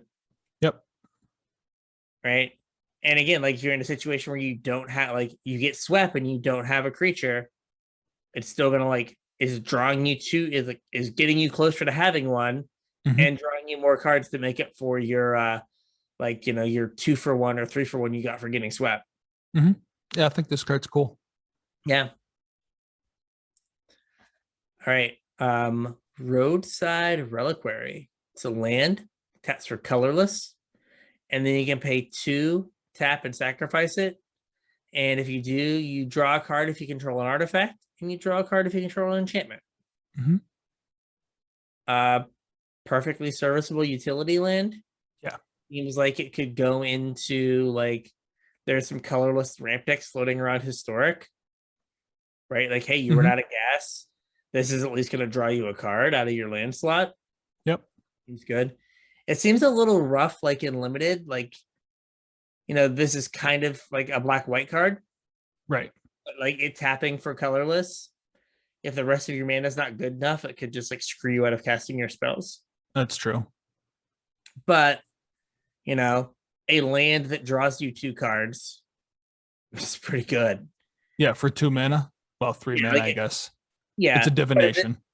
But if, again, if you're just doing this and you're going to instantly have this, I mean, again, think about, the Doom for Told decks. Yeah. Right? They're going to have artifacts and enchantments in them. Yep. That's just what they do. And they're like, oh, I don't have my Doom for Told. Okay, fine. Draw 2 cards. You're going to hopefully find it. Right? And I mean, it's a great top deck late in the game. You're just like, oh, I guess I just drew a divination that like let me cast a 2-drop on turn 2. Great. This guy. So Secluded Courtyard. As it enters the battlefield, choose a creature type. You add colorless, or you can add 1 mana of any color. Spend this mana only to cast creature spells of the chosen type, or activate an ability of a creature or creature card of the chosen type. This is just better unclaimed territory. Like literally just strictly better unclaimed territory. Do we now have like a perfect 5-color mana base? I think because like in your humans decks, you're like worse. The worst land was Ancient Ziggurat. Like you could play Ancient Ziggurat, but you might not even have to with Secluded Courtyard. Yeah. I mean, if you're slivers, you do. Yeah. Right, you have 12 of this effect if you're a sliver deck. Well, you get more than that, right? There's Sliver Hive, Unclaimed Territory, Secluded Courtyard. Cavern of Souls. Oh, Cavern. Yeah, I forgot about Cavern. Yeah. So, yeah. You and Ancient Ziggurat. You could just play like only like rainbow lands for creatures. Always have perfect mana. Always. Yeah. Right, like I was watching a video of General is it Rickarock? Rock Rick, that's it. Yeah. Like it was like cascading into more multicolored spells to like make multiple golems in a turn. And it was like, oh, this would be way better if it had a Secluded Courtyard. And I also couldn't figure out why it was a legacy deck. I was like, this deck's all legal and modern. Huh. Maybe this is a thing that could be fun and modern. But like, your mana is just so good now. Yeah. So I think this card is just one of those. It's an uncommon. Like, I know Unclaimed Territory is only like $1 or $2 now. Yeah. This is just a card that like is going to be played in like, tribal decks forever. And that like activating an ability, like, that's important. Yes. And it's really there so you can ninjutsu stuff. Oh, I hadn't even thought about that. Yeah. Yeah, because it says creature card. Yeah. So it lets you ninjutsu stuff. Yep. That's it why also lets you activate like random colored mana abilities on slivers. Yeah, very true. But yeah, ninjutsu is the secret sliver card. Yep. We've talked about this guy a few times. Yep.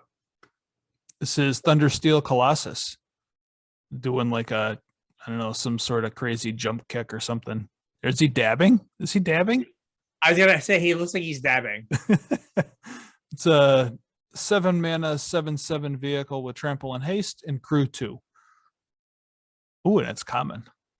Yes. Yeah. It's a common. Yep. That's why I was like, whatever, ultra reality or whatever. Like, you can go get this in limited. It's not like far fetched. Right.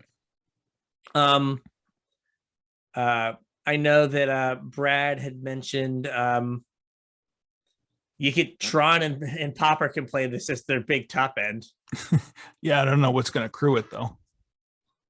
And it's Mole Drifter, baby. Sure, I guess if you're hard casting Mole Drifter. Yeah. Hey, you can evoke it. And with that's true. You could crew with it on the stack. Yeah. No, I think this card, like, it is. So they've done two things with like vehicles and like equipment, right? They give you ridiculous stats and either a small mana cost with a large activation. Think like we've brought up a Council Dreadnought or Colossus Hammer. Yep. Or they go the other way and they're like giant casting cost, reasonable crew cost. And so it's kind of your job to like, how can I like break this? Yeah. And like, so again, this is where the, what is it? Grease Fang, was that it? Yes. Yep. Right. This is where like Grease Fang comes in. You're like, get this in the graveyard, Grease Fang it back, and deal a bunch of damage. Or ultra reality it. And it's an ultra reality, yeah. And get on the battlefield early.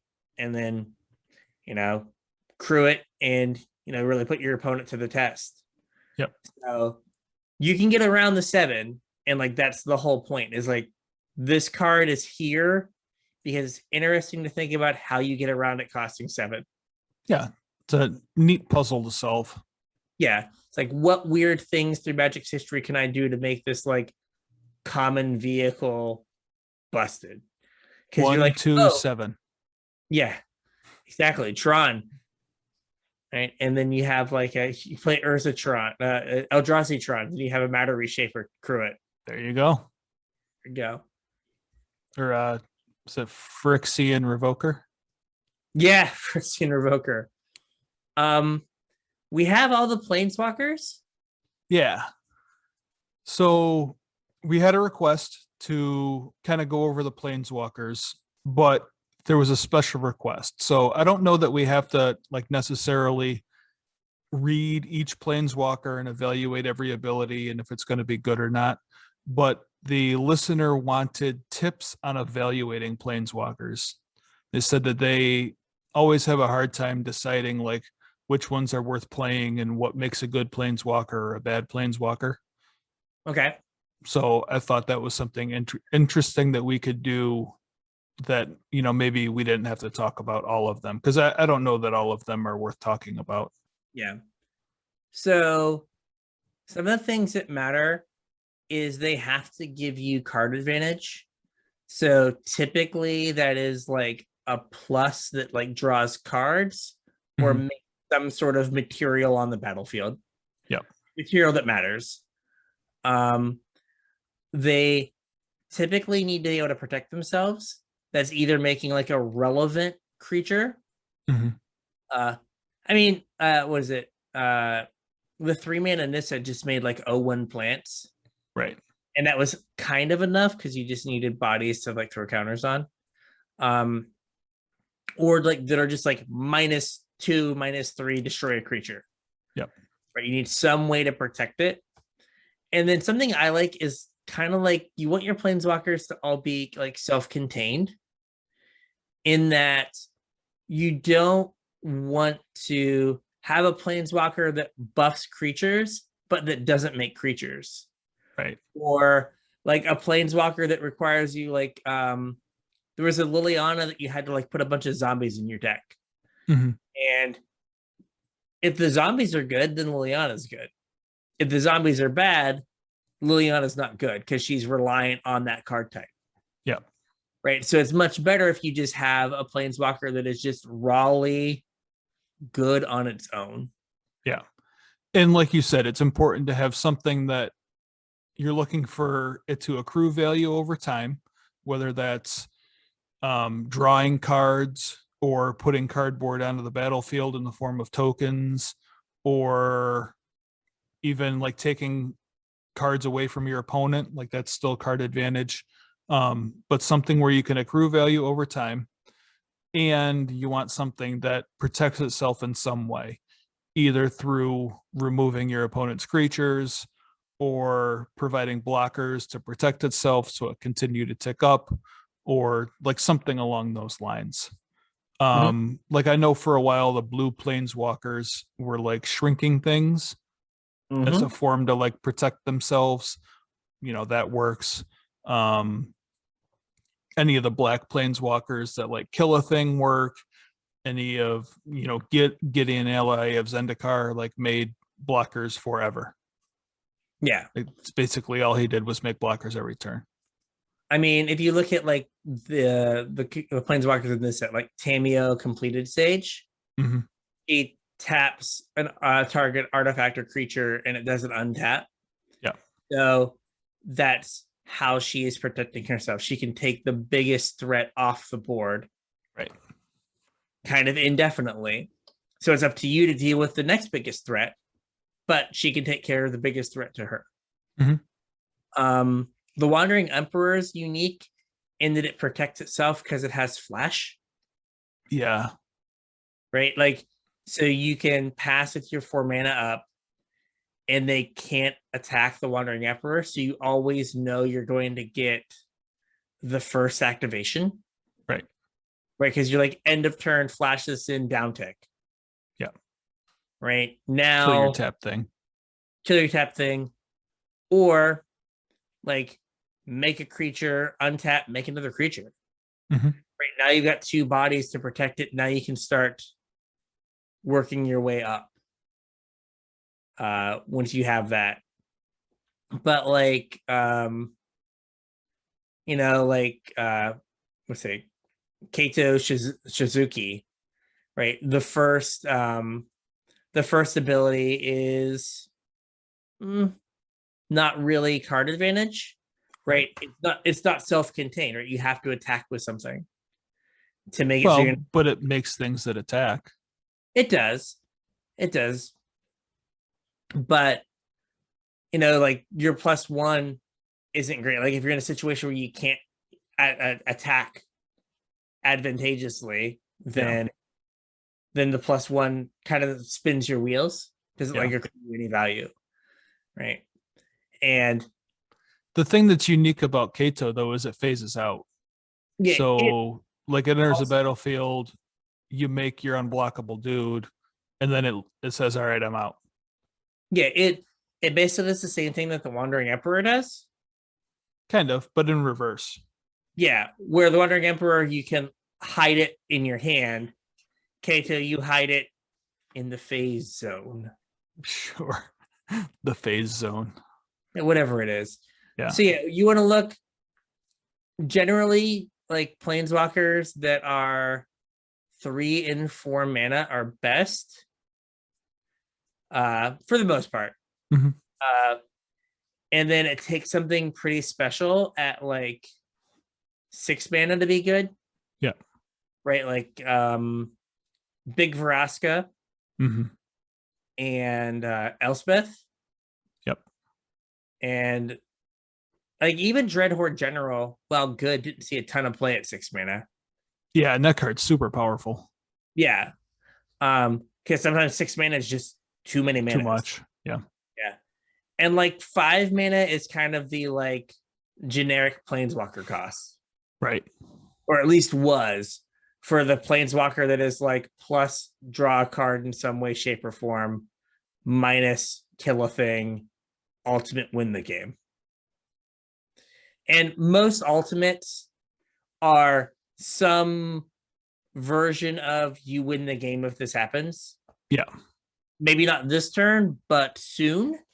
Yeah, like Tezzeret there says you get an emblem with whenever an artifact you control becomes tap draw card. Well, you start drawing 4 or 5 cards a turn. It's not going to take many turns before you just win. Yeah. So like ultimates for the most part don't they matter, but not really because they're all kind of you win the game. Yeah.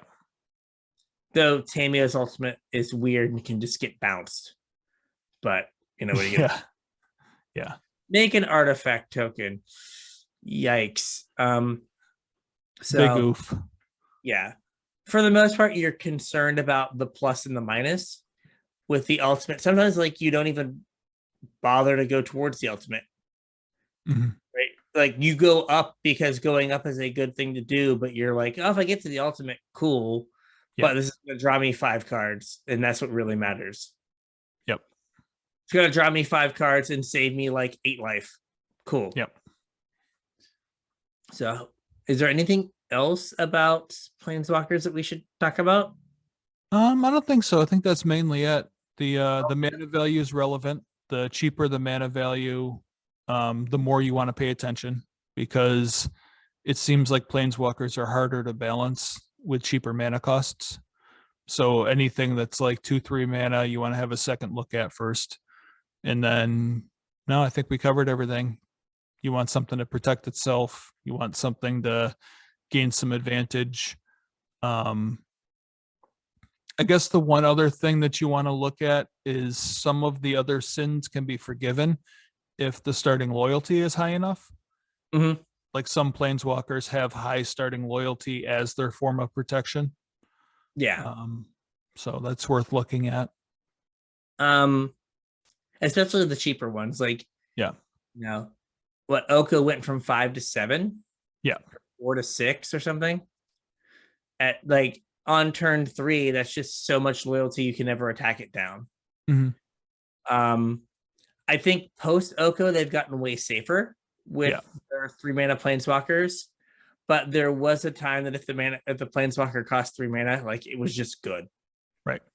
Kind of didn't matter what it did, it was just good. Other than Hobo Jace. Poor Hobo Jace. He tried. His shirt was so shredded though. All right, we've got ourselves apparently all the mythic dragons. Well, yeah, you said you wanted to talk about the dragons. I don't really care for any of these, so I didn't know which ones you wanted to talk about. I just throw them all up here and let you talk about them. Oh, okay. Well, I just thought that like they're so these are doing an unusual thing, which is right kind of by default. We always say that like things have to come into the battle on the battlefield and get advantage right away. Right. Did you look at the show notes? I did not. So I try and write a little description for like each card so that like we have some talking points when we go through. My description for the dragons is I'm not over the moon on any of these. Normally, I want my 5 mana mythic dragon to stay in play and not die. Fair. But the reason that it's always super important that your mythic dragon comes into play and like immediately gives you value is because if it dies and it didn't give you value, you're super far behind. Right? So if your Mythic Dragon stays on the battlefield, you're winning the game. Right?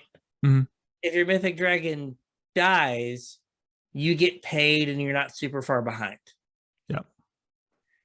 Now, none of these are like super, like the death effects are kind of wildly varied. You have like, what is the green one? It's like, oh, I'm a 4/4 flyer, and if I die, I make a 5/5 ground creature. Yeah. Somehow that's better. Right. But then you have like the black one that's like, Mind Rot. They're gonna Mind Rot you as one of the abilities. Yeah. But you can like reanimate a card, which is probably good.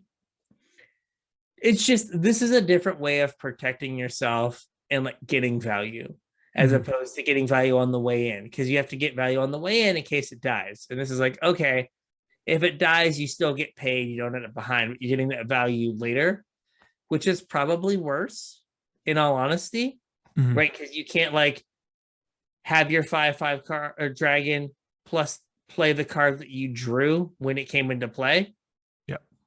Right. But it's not as embarrassing as if it was just a, like Thunderbreak Regent is like unplayable now. Yeah. Right. Oh, it's a 4-mana 4/4 flyer that deals them 3 if you kill it or if you target it. Okay. Like that's not enough anymore. So.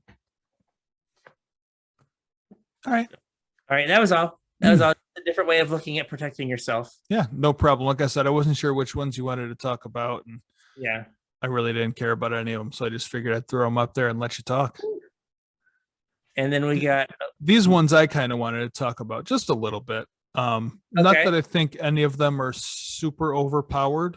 There might only be 1 or 2 of them that's decent.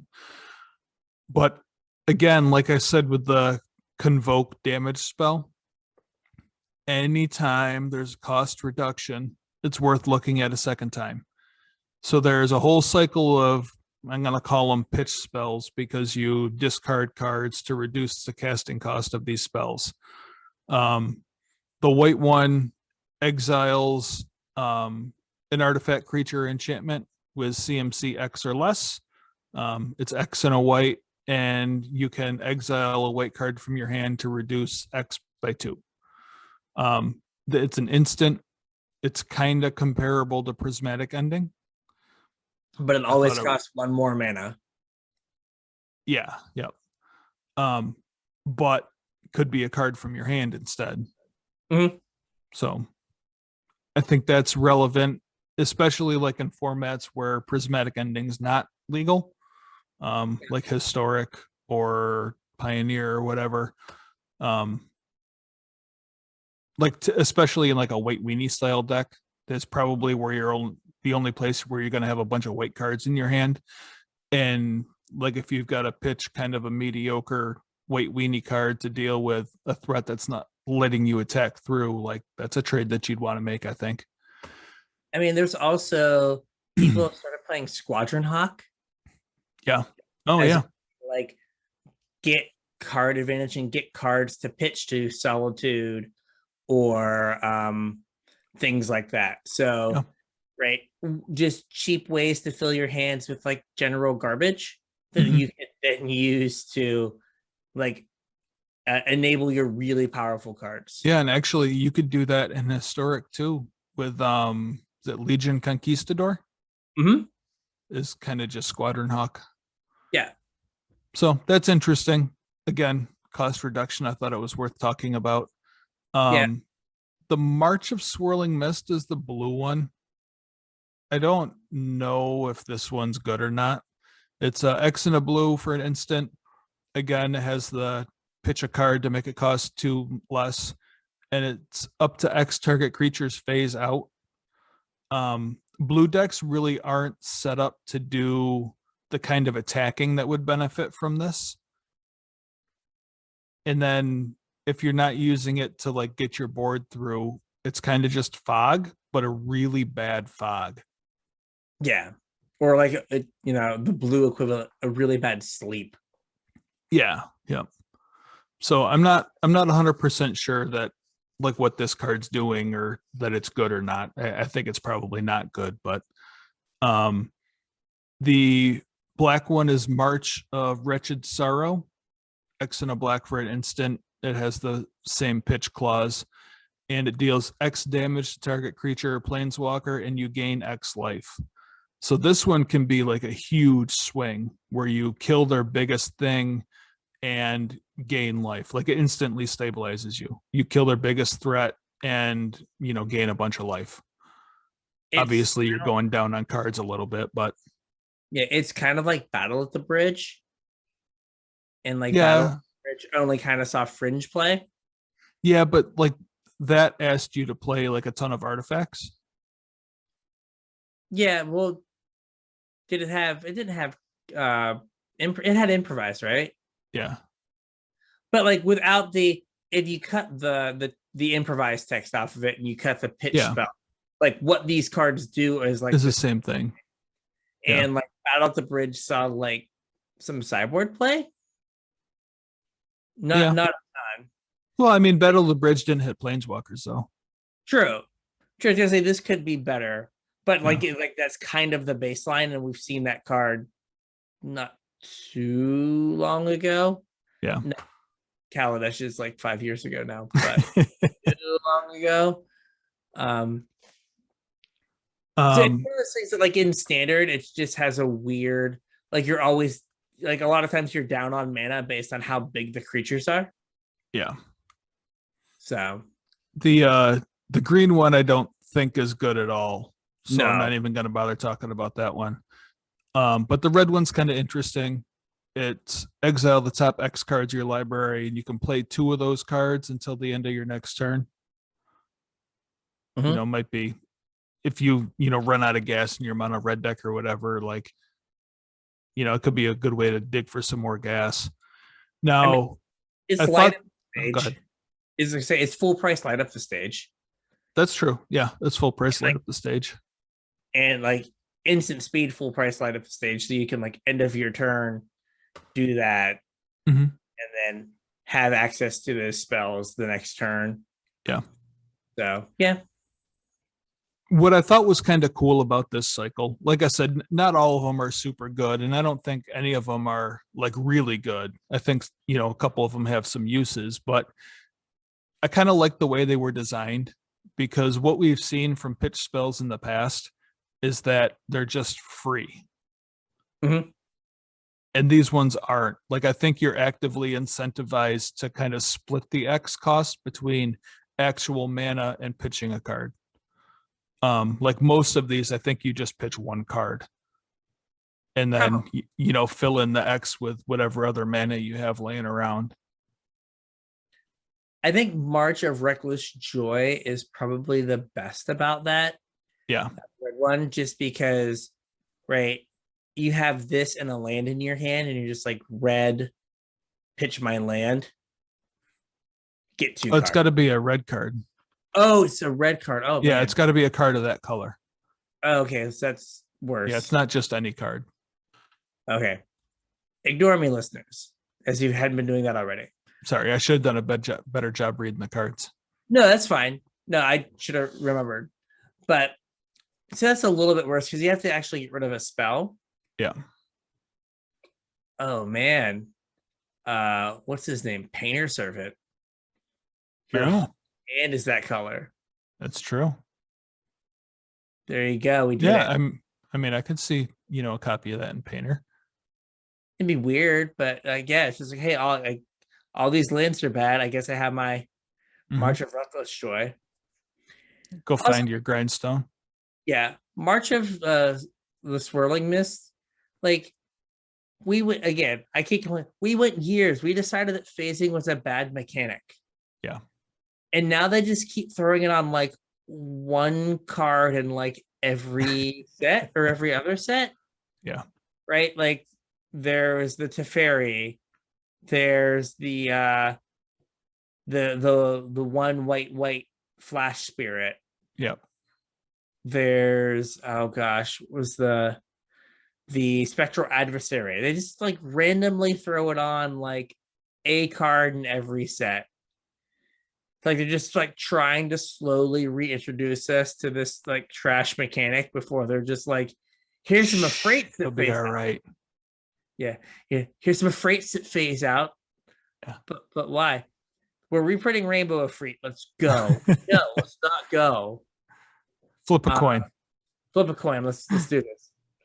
It's Frenetic Afreet is the flip a coin guy. I thought there was an Afreet that phased out for coin flips. That's Frenetic Afreet, I do believe. Oh, okay. Yeah. Rainbow Afreet like is like blue to phase out. Yeah. It's a 3/1. Yeah. But yeah, it's just like, why? Like I feel like you could have like maybe not. It would have added more words, but we've also decided that we don't care. Like it would have been less than a reminder text to be like, I don't know, tap X creatures. They don't untap. They don't untap, or X of your creatures get hexproof or something. Yeah. Or hexproof and indestructible, which is not really blue, but yeah. Right. But just like, because like that's what it's trying to give you the ability to either like sleep or protect your creatures. It's like, okay, like we could have done this without phasing. Yeah, I don't know. Like I said, blue's not really a color that wants to do either of those things. Yeah. Like it's not looking to Alpha Strike, and it's not looking to like Fog. Yeah, and if you're playing like a blue tempo deck that is trying to like eke out damage, you don't want to throw away a bunch of cards. Right. Because like your it's whole tempo-y. Yeah. Your whole gig was like just having enough cards to win the game. Mm-hmm. So, all right. Now we have the channel lands. The last slide. It's almost midnight. It's the last slide. All right. Yeah. So I heard you liked MDFCs. So what if I made MDFCs that only had one side? And were wildly undercosted compared to the MDFCs I gave you before. Yeah. So these are all legendary lands that enter the battlefield untapped. Mm-hmm. So other than being like a non-basic, there's no like downside to like putting one in your deck. Correct. Right. If you just put one, it's free. Comes into play untapped, doesn't deal you any damage. Great. And then they all have basically a spell staple to them. Yep. Some of which are competitively costed that would be just regular cards. Mm-hmm. And some that are just really bad. We've run the gamut. So Ajanjo, Seat of the Empire, is the white one. Its channel is 2 and a white. Discard this card, and it deals 4 damage to target attacking or blocking creature. And they all have this rider that this ability costs 1 less to activate for each legendary creature you control. Mm-hmm. I don't think that actually is going to come up very much. I don't know. It might. It might. I mean, you're evaluating this based on it's 2 and a white, right? It's correct. Not. Yeah. Yeah. Well, I mean, actually, in this one particular, it probably does matter. I mean, Thalia. Yeah, because this deck is going to have Thalia in it. I mean, this just goes in every control deck. That's true. Yeah. Like multiples of them. Yeah. Right? Like, cool, I'm going to play like 30 lands, but 4 of them also are like mid-game removal spells. Yeah. Cool. What is it? Otawara, Soaring City. Again, it's the blue one. It's blue, channel, 3 and a blue, discard this, and return target artifact, creature, enchantment, or planeswalker to its owner's hand. So it's a 4-mana bounce spell, which is not super competitively costed, but on my land that otherwise I would be sad to have drawn. Probably just fine. Yeah. People have brought up it doesn't say non-land, and that might be so that they can you can bounce the now banned Faceless Haven. Yep. Right, they activate their Faceless Haven. It's a creature now. You can bounce it. It also bounces Urza's Saga. Yes, it does. Which, like, do I want that? I don't know. I guess if it's on the first Saga counter, yes, but if it's on the second one, no. Yeah. And then what is this? Oh, gosh. Takanuma, Abandoned Mire.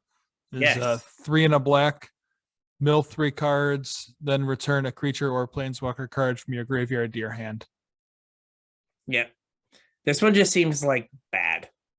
Yeah, that's pretty overcosted, I think. Yeah.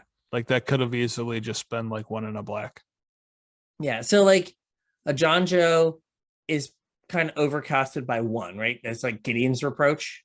Yeah. Is 2 and a white. Otawara's overcosted by 2. Mm-hmm. Right. And then Takanuma is overcosted by probably 2 as well. Yeah. But Otawara is like goes in blue decks where that's, late in the game they have a bunch of lands and it makes your opponent spend mana. So it's like probably fine. So Kenzin, Crucible of Defiance. It's a red one, and it channel is 3 in a red, and it's create 2 1/1 colorless spirit creature tokens. They gain haste until end of turn. That's pretty sweet for the polymorph decks, huh? Yes, that's a lot of. I've been playing. What's it called? Indomitable Creativity, and just like having 2 creatures in your land slot is just what that deck wants. Yep. So I think that like has a home there. And again, like on turn 1, it's fine. Like it's not putting you behind. Yeah. And then the last best of the bunch. Yes. We didn't have a lot of green cards, but maybe the best constructed card in this set requires green mana. Mm-hmm. And it's just I don't know if that's a stretch. Raiju, Who Endures. Adds green, has channel for 1 in a green, so less than everyone. Yep. Destroy target artifact, enchantment, or non-basic land an opponent controls. And then that player searches their library for a land with a basic land type and puts it on the battlefield, then shuffles. So this means they can get shock lands or dual lands. Or triumphs. Or triumphs because they have a basic land type. But like, if you're playing, let's say you're playing Dark Depths, right? Here's an answer to Wasteland. Yep. Here's an answer to Caracas. Yep. Right? You're playing a green deck and you're playing against Tron. Just blow up their mine on turn 2. Like that's backbreaking. Right? Like a forest is way worse than any Urza's piece. Any Urza's piece, right? Right. Even better, you're like, okay, they're like on your end step, activate my map, go get the piece I'm missing. And you're like, okay, draw step, blow up your land. Right? Dirty. Like now they've got the wrong Tron piece in their hand. Yeah. Maybe they drew their like 1 or 2 forests in their deck. Yep. Right. And you set them off of Tron.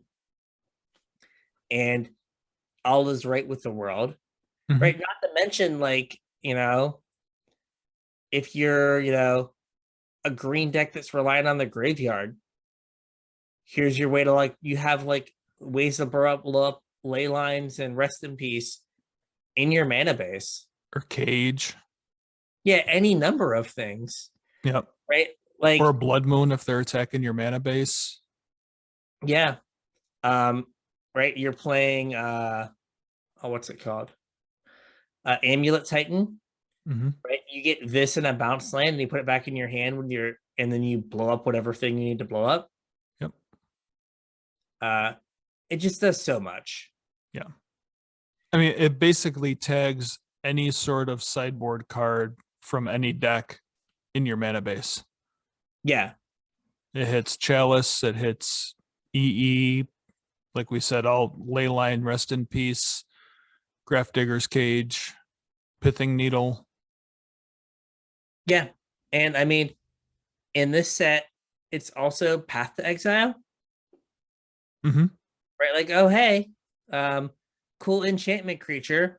I guess I'll Yep. pay 2 mana and kill it, and you get you get a land. Okay. Right? Like that's fine. You paid 6 mana for that creature, kill it. Yep. For 2. It's just a wild card. Also, it's uncounterable. Yes. They can stifle it, but it's uncounterable. Crazy. So crazy card. Yeah, and I mean, again, like it can just be in your main deck. Mm-hmm. Right? Like you get Chalice, no, that's fine.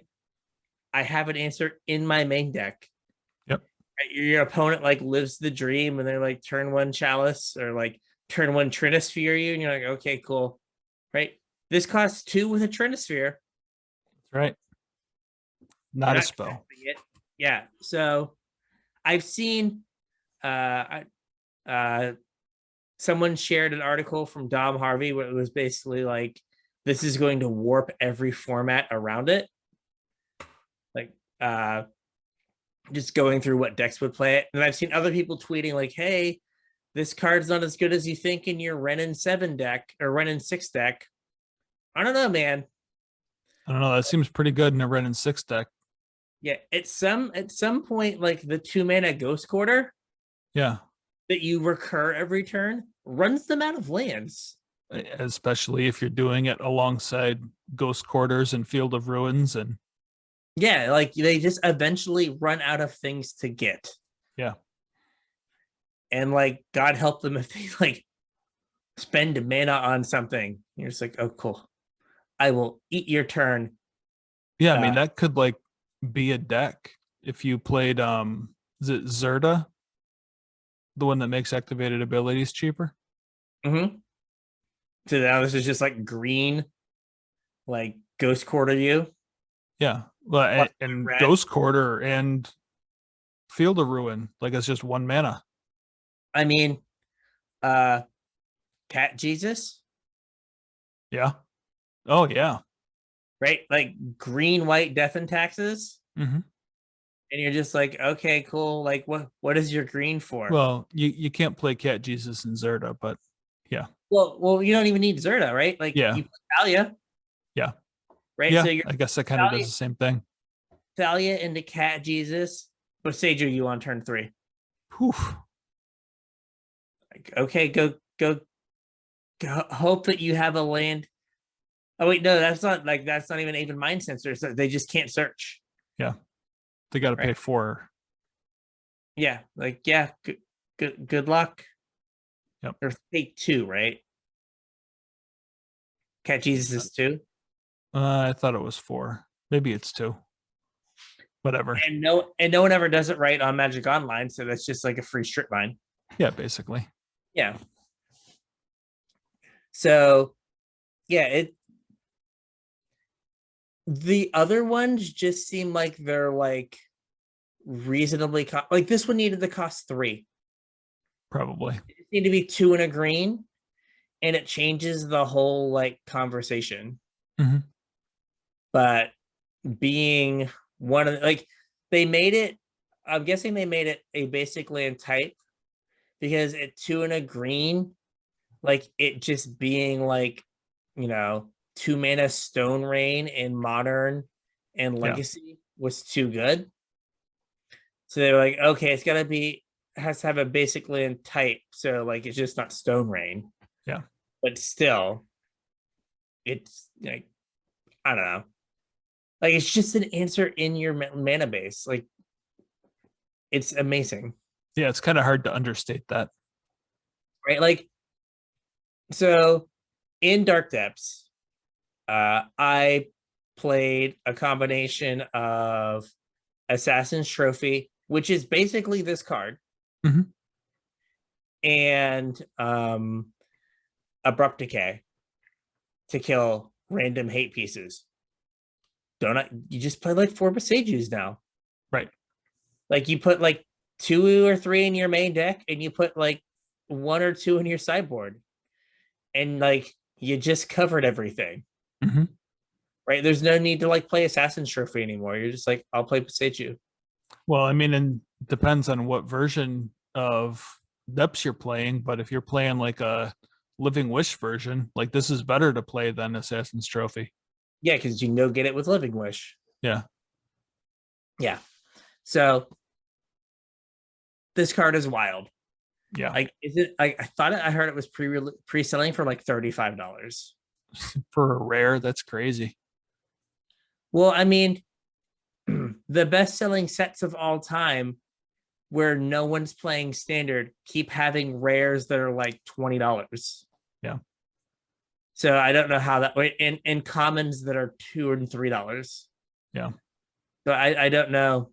I no longer understand how Magic Finance works. Well, see, the thing is that all those people that are buying these new customers that are buying these sets, these mythical kitchen table players, they don't put cards back into the ecosystem. I mean, that's somewhat believable. Yeah. Well, not. I was being serious. Yeah, like they just crack the packs. They have and then those cards disappear into a closet for the rest of eternity. I mean, I have a very organized closet over here, so I can't say a whole lot. Well, but at some point, like you will turn those into dollar dues. And yes, I will. You know, somebody just cracking a couple packs for the kitchen table, like may or may not ever turn them into dollar dues. Yeah. Well, we have broke the midnight barrier. That means it's time for us old farts to go to bed. Yes, as we often say about Gavin, he has no chill. He's going to wake up at 6:30, regardless of when I went to bed. Yeah. So I can go to bed soon. Okay. So with all of that, we have hopefully touched on all the cards that you were excited about for Kamigawa Neon Dynasty. Yeah, I hope so. We're going to set up a P.O. box so you can send us Besagers who endures. So with that, I think we have a show. We have a show. So if we miss something you want us to talk about next week, or if you like hard disagree about a card and want to let us know, you can tweet us at CasualtryPod. Yep. Or you can hit us up on Facebook at CasualtryHardMTG. You can shoot us an email, show@CasualtryHardMTG.com. You can yell at us on Discord. There's a link in the description. There's a link on all our social media. Don't forget to use TCG Player if you're looking to pick up any singles. Our affiliate link is tcg.casualtryhardmtg.com. Using that link will help us support the show. We'll get a little percentage of whatever you spend. If you want to support us more directly, we got our Patreon, patreon.com/casualtryhardmtg. Throw a couple bucks in the pot, help keep the show going, pay for our fees to help keep the show rolling. What else we got? Oh, YouTube. Be videos coming on YouTube within the next couple weeks. Pre-release kit this week, and then some sort of collection building finance thing in the following weeks. Sounds good. So with that, we will catch you on the internet. We'll catch you on the internets.